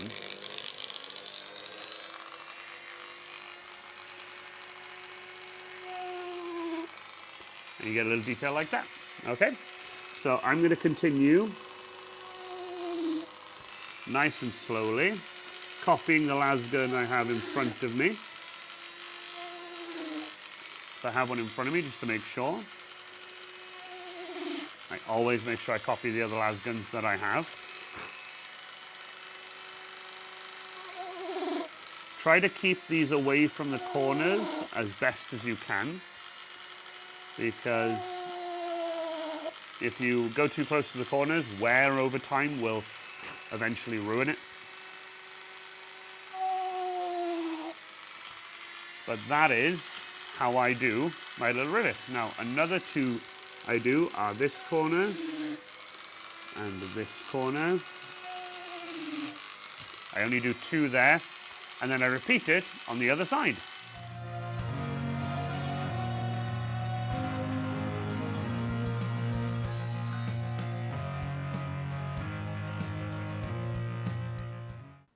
So now, after you've done those, you have fun little rivet details all over your gun that you can then paint silver later on.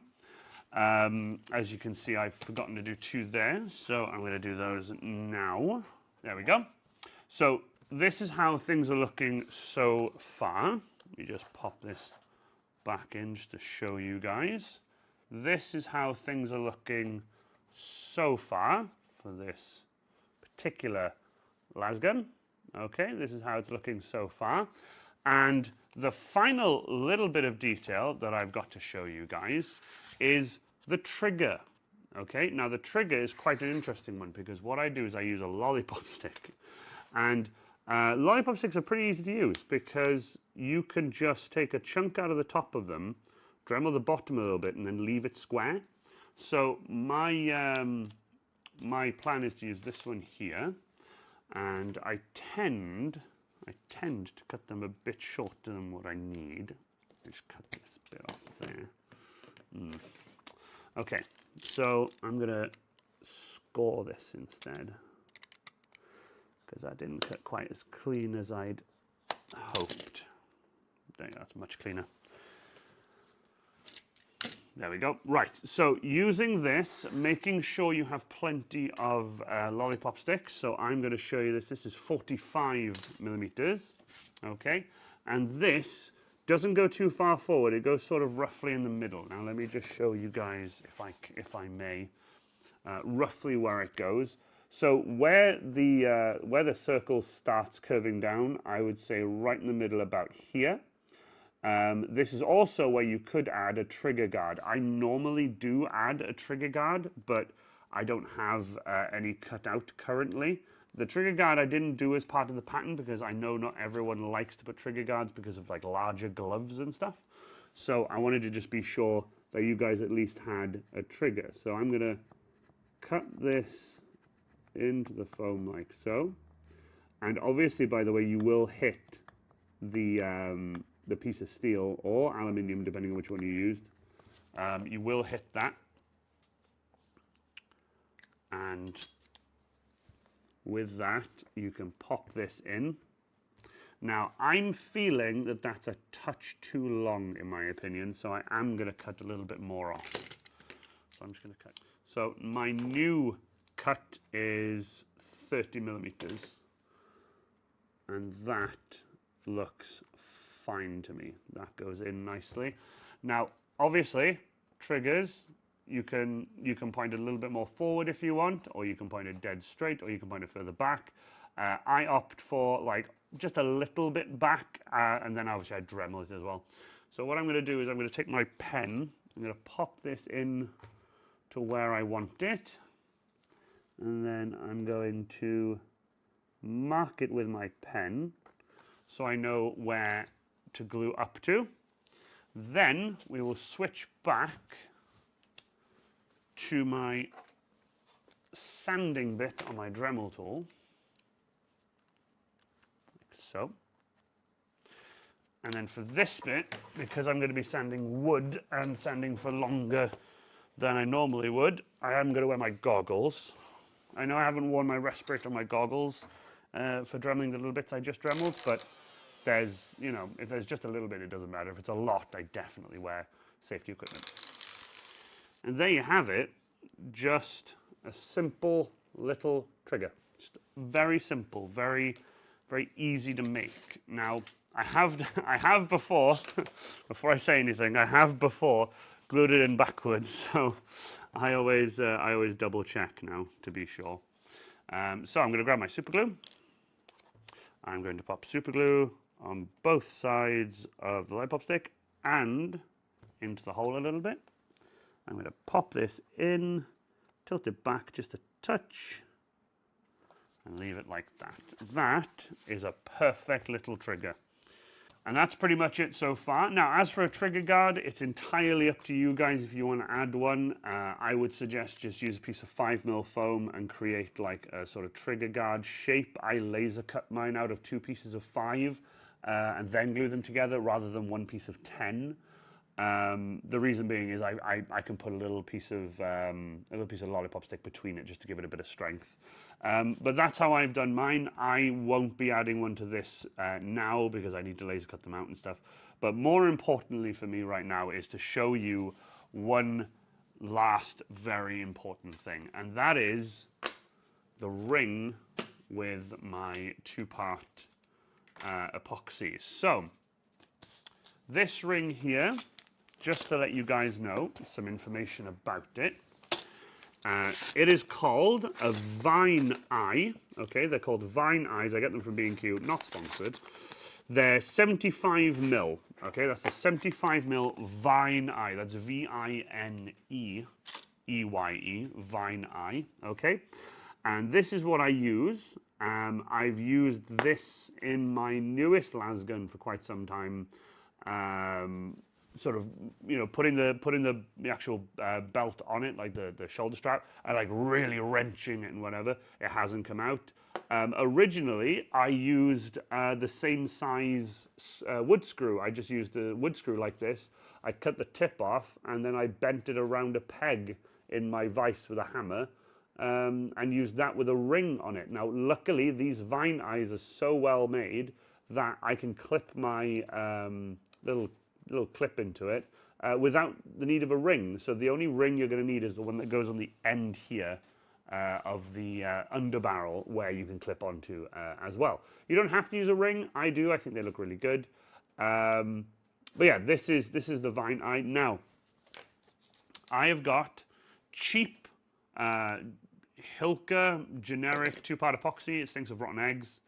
I use that with the Vine Eye. I use a piece of cardboard and a stick, and I will show you where I attach it. I attach it where this band that we put on earlier finishes. I put this directly here by that band, okay? And I try and make absolutely sure on both my lasguns that it's facing with the gun and not that way. I need it so that the hole is facing away from me. Now, what I like to do is find the dead center line, which is about here, and then I will preemptively screw this in. Now remember, you are working with foam. I have had some questions in the past saying, you know, it's only foam. You're screwing your Vine Eye into it. Doesn't it just tear out? No, I've never had that issue. There is a video linked in my description of me messing around with the shoulder strap and the Vine Eye that I glued into my previous lasgun. And yeah, I've had no issues whatsoever. You could, by the way, just leave that in like that, but without any glue, then I would worry about it coming out. Now, pre-screwing it in is very much needed. Always pre-screwed in. Now, you will hit the steel bar, by the way, but it will go either left or right of the steel bar, so you don't have to worry about it, because it's only 75 mil. So you don't have to worry about it. Now that that's been done, always unscrew, never pull it out. That will take more foam with it than you need, and then you might have a chance of it coming out. The wood screw that I put into my first lasgun has lasted, well, the entire life of the lasgun so far. It has not come out. I've had to repair other things before I've even had to think about that, so I'm very happy about that. So it's now time to mix a little bit of 2-part epoxy together. Oopsie daisy. I always put them in the wrong way around. Always put them the wrong way around. Using trusty lollipop stick, start mixing these guys together. Okay. Now normally I would wear a respirator for this, but it's such a small amount. You know, workshop windows open always, especially the heat recently. We've had some rain today, but the humidity is quite high. So, right. I am now going to lather the threads, okay? Really fill the threads up, okay? The threads are the most important thing to fill up, okay? Then a little bit on the actual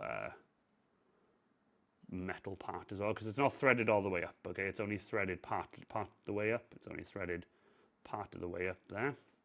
Now, get ready, by the way, with like a scrap piece of foam or something like that, because as you thread this in, there will be some excess coming off of it, okay? So remember to thread in, don't push it in, thread it in. The threads will take the glue with it. This is where the scrap foam comes in handy, because there's always a bit of drippage.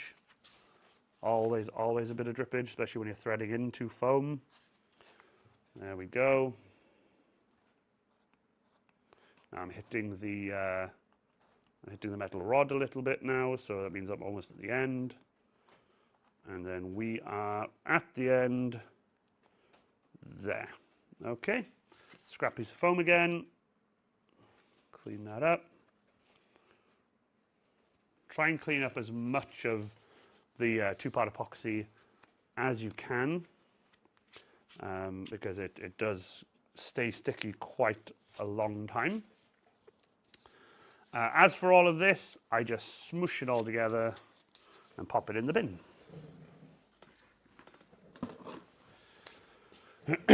Now then, the trigger is in, the details are done, the power cell is in, the Vine Eye is ready for the shoulder strap. We need to put a metal ring in here. which unfortunately I don't have any, so I can't do that. I have to order them. I need one for this one and my previous lasgun, which I haven't done for either yet. But a small ring, I think it's a 50 mil stainless steel ring. If you get them solid, just cut it with a hacksaw, open it up a little bit. When you drill the hole through the PVC pipe, it doesn't matter how far forward it goes, as long as it's in here. Try and keep it roughly, ahead of halfway if you can. Poke that through the holes, push it back together with a pair of pliers. It'll stay in there. I've never had mine come out at all. I try and do this after I've painted the gun, just so that everything is done. But as of right now, this is what you will have. Okay, this is what you'll end up with. This is your Death Korps of Krieg lasgun. And without further ado, let's switch to the end of this lasgun build tutorial. And there we have it. By the end of this tutorial, you will have your very own number 98 Lucius Patton Death Korps of Krieg lasgun by Iron Warrior Cosplay. This is what you'll be finished with. Now, like I said, there were two little details I couldn't finish. The metal ring here, because I don't have any. I actually need one for this lasgun and the other one. And obviously the trigger guard as well, which I haven't installed on this gun yet. But other than that, everything on this gun is identical to my other lasguns as well. If you have bought this pattern and built this lasgun, I would be so grateful if you could send me your images. Either use my contact email below, Iron Warrior Cosplay, with your details. Give me your name, your link tree, your page or whatever, and I'll give you guys a shout out. If you have built this very lasgun, please let me know. I would love to see pictures. This has been a very difficult birth for this tutorial. It's not been insanely fun. It has been fun now that I've managed to finish it, but halfway through the first day, when I had spent hours and hours and hours and hours and hours getting the gun put together, for them to stop me, for YouTube to just stop me again mid-private stream because they thought I had a gun on the table is ridiculous. The image you guys might have seen on my Facebook and my Instagram of me just very defeated, sat at this very table, that was the image, that is the shot that stopped the stream. That is what they thought, nope, there you go, we'll stop that. It's ridiculous. YouTube's firearm policy just needs to go away. It's ridiculous. They just don't understand. Even the humans, the staff that work for YouTube, just can't get it into their heads that this isn't real. It's made of foam and PVC pipes. Then you go onto their YouTube channel, you go onto YouTube and there's like hundreds of guns there, thousands of guns there, and it's like, okay, how are they allowed to, but never mind. I'm not going to get into it.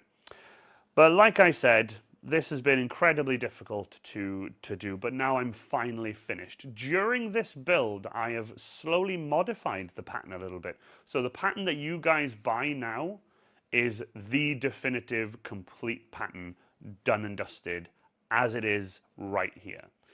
The additional little parts and stuff that I've put on, the little detail pieces, like this little greebly here and bits and bobs like that, some of them are included in the pattern, some of them aren't, because I want people to be able to have the freedom to modify this how they want. If you've built this and it's completely just a blank canvas, you do what you want. I'm going to be adding a skull here with a ring around it like I did for all my other lasguns. If you don't want to add a skull, you don't have to. If you want to put an aquila, then please do so. If you want to paint a logo or put like, the regiment number or a skull like painted on instead of like cast on, it's entirely up to you.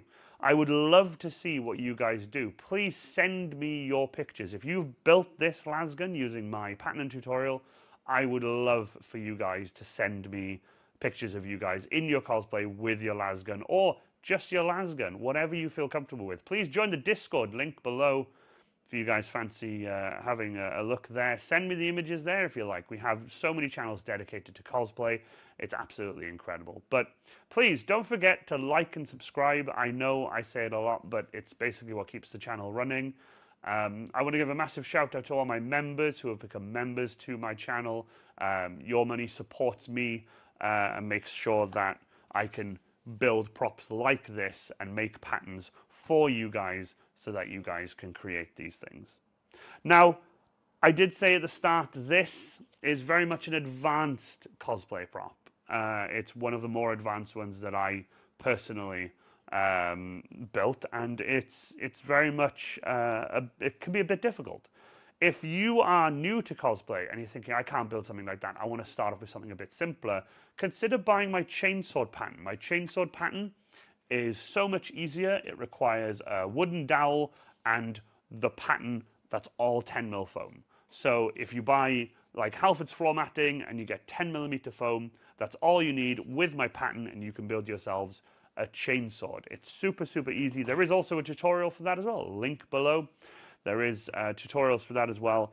This lasgun tutorial will be my last tutorial for some time. For the considerable future, I'm probably going to not do tutorials for a little bit, just so I can sort of get away from it and relax a little bit and just watch this pattern sell. I'm really excited to see how many of you buy this pattern on day of release. And I'm also really excited to see what you guys think of it as a tutorial for this video. So from me, Iron Warrior Cosplay, I want to say a massive thank you to everyone for watching this video, for supporting me, for supporting the channel, for buying my pattern and building the lasgun. Really hope you find this as satisfying as I do. And from me, Iron Warrior Cosplay, I am very proud to say that this is indeed the end.